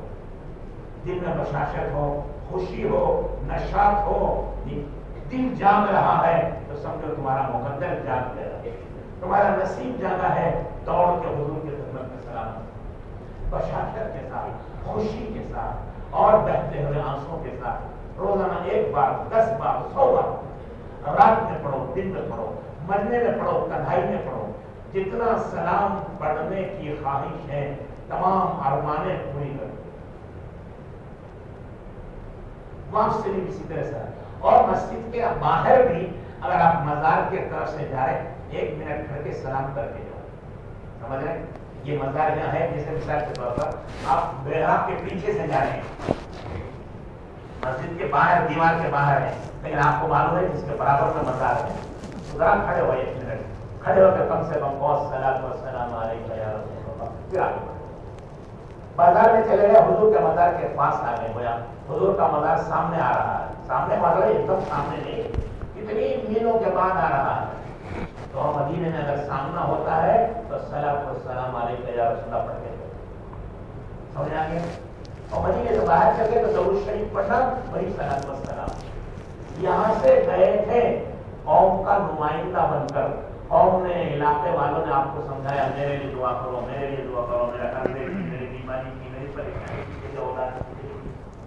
آپ وہاں سے نمائندہ بن کر جا کر حضور کی خدمت میں یہ پیش کیا تھا کہ یا رسول اللہ آپ کے بہت سے امتی بے چین و بے قرار ہیں، ان کے حالاتوں نے ان کو پریشان کر دیا ہے، ان کے قرضوں نے کمر توڑ دی ہے، دوائیں کھاتے کھاتے تنگ آ چکے ہیں، بچیاں گھروں میں بیٹھی ہیں، سوچ سوچ کر کے وہ بھول گئے ہیں، سینے پہ پتھر رکھا ہوا ہے، بچوں کی شادیاں نہیں ہو رہی، یہ پیغام لے جا کے آپ حضور تک پہنچائیں گے، اللہ سے دعا کریں گے کہ پروردگار یہ تمام پریشانیاں اپنے کرم سے دور کر دیں اور رسول اللہ صلی اللہ علیہ وسلم کے صدقے اور فکر سے دور کر دیں۔ تو آپ نمائندے بن کے گئے یہاں سے، کرناٹک کے اور بنگلور کے اور آندھرا کے اور تمل ناڈو کے اور ہندوستان کے نمائندے بن کے گئے، اور وہاں سے واپس آ رہے ہیں، وہاں سے واپس آئیں گے حضور کا نمائندہ بن کر آؤ۔ حضور نے جو کہا تھا یہاں کے کو، یہاں جو لوگوں نے کہا تھا وہ آپ نے وہاں جا کے دعا کر دی، حضور سے بتا دیا، اب حضور آپ سے کیا کرے، وہ یہاں آ کے پہنچاؤ۔ حضور آپ سے کہہ رہے ہیں کہ میرا دین پہنچاؤ، میری امانت پہنچاؤ، میری رسالت پہنچاؤ، میرا دین دنیا میں زندہ کرو، اچھی زندگی، بھلائیوں کا حکم کرو، برائیوں سے روکو۔ اب یہ پیغام لے کر آؤ۔ یہاں سے بندوں کا پیغام لے گئے تھے، اور جا کے حضور کی خدمت میں پیش کیا، اللہ سے دعا کی تھی، اب حضور کا پیغام لاؤ، سب کو دین کی دعوت دو، سب کو دین پھیلانے کی کوشش کرو، اور جذبہ یہ ہو جب دنیا کے آخری کنارے تک جا کر آخری انسان کو محنت کر کے اسے بھی جہنم سے بچا کے جنت میں داخل ہو۔ یہ رات میں نے عرض کیا تھا، عقبہ ابن نافع رضی اللہ تعالیٰ عنہ افریقہ کے جنگلوں کی طرف گئے، جزائر، تونس، مراکش، دور دور کے علاقوں میں رہے، وہاں جا کر کے آخر میں سمندر کے پاس کھڑے ہو کر کے وہ کھڑے ہو کے کہنے لگے، پروردگار اگر مجھے معلوم ہوتا کہ سمندر کے پار بھی کوئی انسان رہتا ہے تو میں اس سمندر کے پار بھی جاتا اور جا کے اسے دعوت پہنچاتا اور اسے جہنم سے نکال کر جنت کے راستے پر اور حضور کی غلامی میں ڈال دیتا۔ سمجھ میں آ گیا؟ یہ جذبہ ہو۔ یہ مولانا اکبر شریف صاحب بیٹھے ہیں، ارے دیکھا نہیں فجر بیان کیا ہے، گزشتہ ہفتے اس سمندر کے پاس جا کر انہوں نے عہد کر کے آیا کہ ساری دنیا میں دین پھیلائے۔ وہیں کھڑے ہو کے عقبہ ابن نافع نے اس سمندر کے سامنے کھڑے ہو کے دعا کی تھی، وہ کہا تھا یا اسفا، ہائے افسوس مجھے معلوم نہیں کہ سمندر کے پار بھی کوئی ہے یا نہیں، اگر معلوم ہو جاتا تو میں وہاں جا کر دین پھیلاتا۔ وہ سنت زندہ کر کے آ رہے ہیں، ابھی ایک ہفتہ وہاں مراکش سے آئے ہیں، اسی سمندر کے پاس سے آ رہے ہیں۔ اللہ ہمیں بھی توفیق دے، اللہ کے لیے کیا مشکل ہے، یہ کریں گے سر انشاءاللہ، موت تک دعوت کا کام کریں گے انشاءاللہ، ساری دنیا میں دین پھیلائیں گے انشاءاللہ۔ حضور کا کام ہمارا کام، حضور کا فکر ہماری فکر، حضور کی محنت ہماری محنت، حضور پر جان دے دینا یہ مسلمان کی شان۔ کریں گے سب انشاءاللہ، سب کو قبول فرمائے، برکت نصیب فرمائے، صحت و سلامتی سے جانے کی، خیر و عافیت سے آپ سب کو آنے کی بھی توفیق عطا فرمائے۔ آپ صرف اپنے لیے دعا نہ کریں، ہم سب کے لیے بھی کریں، پورے ہندوستان والوں کے لیے بھی کریں، پورے عالم کے مسلمانوں کے لیے بھی کریں۔ امت کی حالت خراب ہے، کہیں خون ریزی ہو رہی ہے، ملک شام لوٹا جا رہا ہے، یمن کے اندر مسلمانوں کو شہید کیا جا رہا ہے، عورتوں کو برباد کیا جا رہا ہے، بچوں کو گولیوں سے اڑایا جا رہا ہے، وہ کھیل تماشا بنا ہوا ہے، ہزاروں کی زندگی سے دشمن کھیل رہا ہے، اور مسلمان کا خون پانی سے بھی زیادہ سستا ہو گیا۔ اب سوائے اللہ کے کوئی سہارا نہیں، رسول اللہ صلی اللہ علیہ وسلم کی شفاعت کے علاوہ کوئی سہارا نہیں ہے۔ اللہ نے آپ کو عزت دی، توفیق دی، اس دربار عالی میں جا رہے ہیں، وہاں ان کے بندوں کی حالت پیش کریے، وہ دیکھ رہے ہیں، وہ معلوم ہے ہمارے گناہوں کی وجہ سے ہے، آپ معافی مانگو، یا اللہ پورے عالم کے مسلمانوں کی طرف سے ہم معافی مانگتے ہیں، اب بس کر دیں ان مسلمانوں کا قتل عام بند کر دیں، یمن کا ہو، شام کا ہو، عراق کا ہو، ہندوستان کا ہو، برما کا ہو، سیلون کا ہو، کہاں کہاں کی ہو رہی ہے، ساری امت آج پریشان ہے۔ آپ ان کی پریشانیوں کو لے کے جائیے، اللہ کے دربار میں پیش کریے، رسول اللہ کے دربار میں پیش کریے، اور وہاں سے دعا کر کے اس مسئلے کو حل کرا دیا ہے۔ دنیا میں امن و امان قائم ہو، اتفاق و اتحاد پیدا ہو جائے، لوگ امن کی زندگی گزاریں۔ یہ پیغام یہاں سے لے جائے، آتے ہوئے حضور کا پیغام لائیے، حضور کا دین سب تک پہنچ جائے، حضور کی سنت سب تک پہنچ جائے، دنیا کا کوئی انسان جہنم میں نہ جائے، تمام حضور کے دین پر قربان ہونے والے بن جائیں۔ کریں گے بھائی سمجھ رہا ہے؟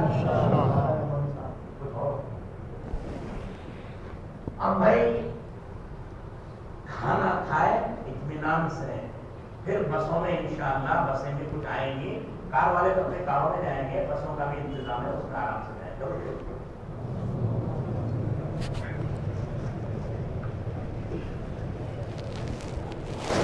اللهم صل على محمد وعلى ال محمد كما صليت على ابراهيم وعلى ال ابراهيم انك حميد مجيد اللهم بارك على محمد وعلى ال محمد كما باركت على ابراهيم وعلى ال ابراهيم انك حميد مجيد وعلينا معهم يا رب العالمين اللهم لك الحمد ولك الشكر كما ينبغي لجلال وجهك وعظيم سلطانك اللهم لك الحمد كله ولك الشكر كله ولك المجد كله ولك الملك كله وإليك يرجع الأمر كله وبيدك الخير كله لا نحصي ثناء عليك أنت كما أثنيت على نفسك اللهم لك الحمد ولك الشكر كما ينبغي لجلال وجهك وعظيم سلطانك اللهم صل وسلم وبارك ورحم وتحنن على سيدنا محمد وعلى آل محمد صلى الله عليه وسلم كلما ذكره الذاكرون وكلما أفلى ذكره الغافلون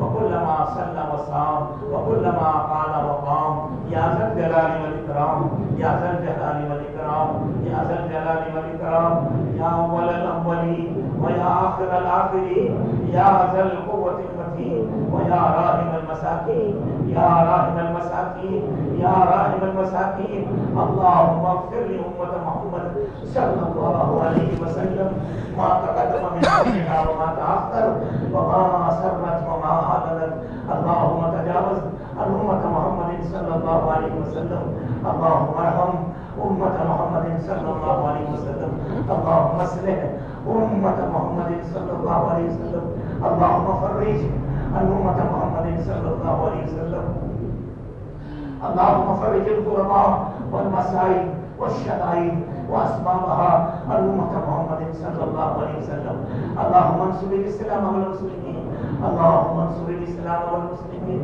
اللهم انصر الإسلام والمسلمين في مشارق الأرض ومغاربها يا كريم يا حنان يا منان يا بديع السماوات والأرض يا حي يا قيوم يا حي يا قيوم يا حي يا قيوم برحمتك نستغيث أصلح لنا شأننا كله اللهم أصلح لنا شأننا كله اللهم أصلح لنا شأننا كله ولا تكلنا إلى أنفسنا طرفة عين وإن تكلنا إلى ضعف وعورة وذنب وخطيئة فإنا لا نثق إلا برحمتك يا أرحم الراحمين يا أرحم الراحمين يا رب العالمين يا رب العالمين يا رب العالمین یا اللہ یا رحمان یا رحیم ہم سب کے گناہوں کو معاف کر ہم کو گنہگار ہیں ہم خطا کار ہیں ہم مجرم ہیں اے اللہ سب کچھ تو نے دیکھا ہے سب کچھ تیرے فرشتوں نے لکھا ہے قیامت کے لیے زمین بھی گواہی دیں گے ہمارے بدن بھی گواہی دیں گے فرشتے بھی گواہی دیں گے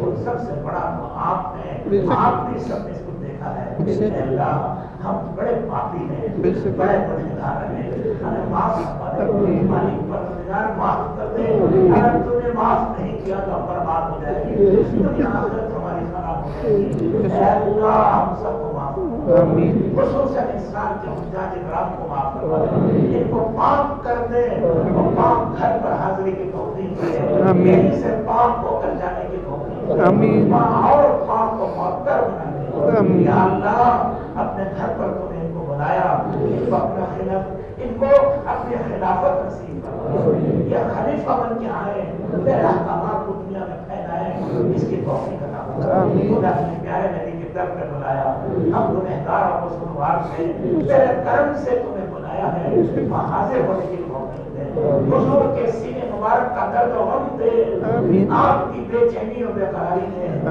اور آپ کے دین کے پیغام کو لا کر ساری دنیا میں پھیلانے کی توفیق دے رحم فرما کرم فرما احسان فرما اے اللہ سب کچھ حالات تیرے سامنے ہیں ہم کچھ نہیں کہہ سکتے یا اللہ اس امت کے غم میں رونے والے ایک ایک کر کے اڑ گئے حضرت رسول اللہ صلی اللہ علیہ وسلم روتے تھے رات دن دن بلاتے تھے وہ بھی تیرے پاس پہنچ گئے صحابہ رات دن روتے تھے دین کی محنت کرتے تھے وہ بھی تیرے پاس پہنچ گئے اولیاء اللہ کروڑ کی تعداد میں تیرے پاس پہنچ گئے اے اللہ محمد کا یہ آخری حصہ ہے تیرے یار مددگار ہے تیرے سہارا ہے اے اللہ کوئی پوچھنے والا نہیں سوائے 2 دن اخبار کی سرخیوں میں آتا ہے اس کے بعد سب ہو جائے تیرے پیارے نبی کے سامنے ایک چور کے ہاتھ کٹے وہ بل بلا اٹھے تھے آج کروڑوں مسلمانوں کے ہاتھ گردنے کٹے اے اللہ یمن اجڑ گیا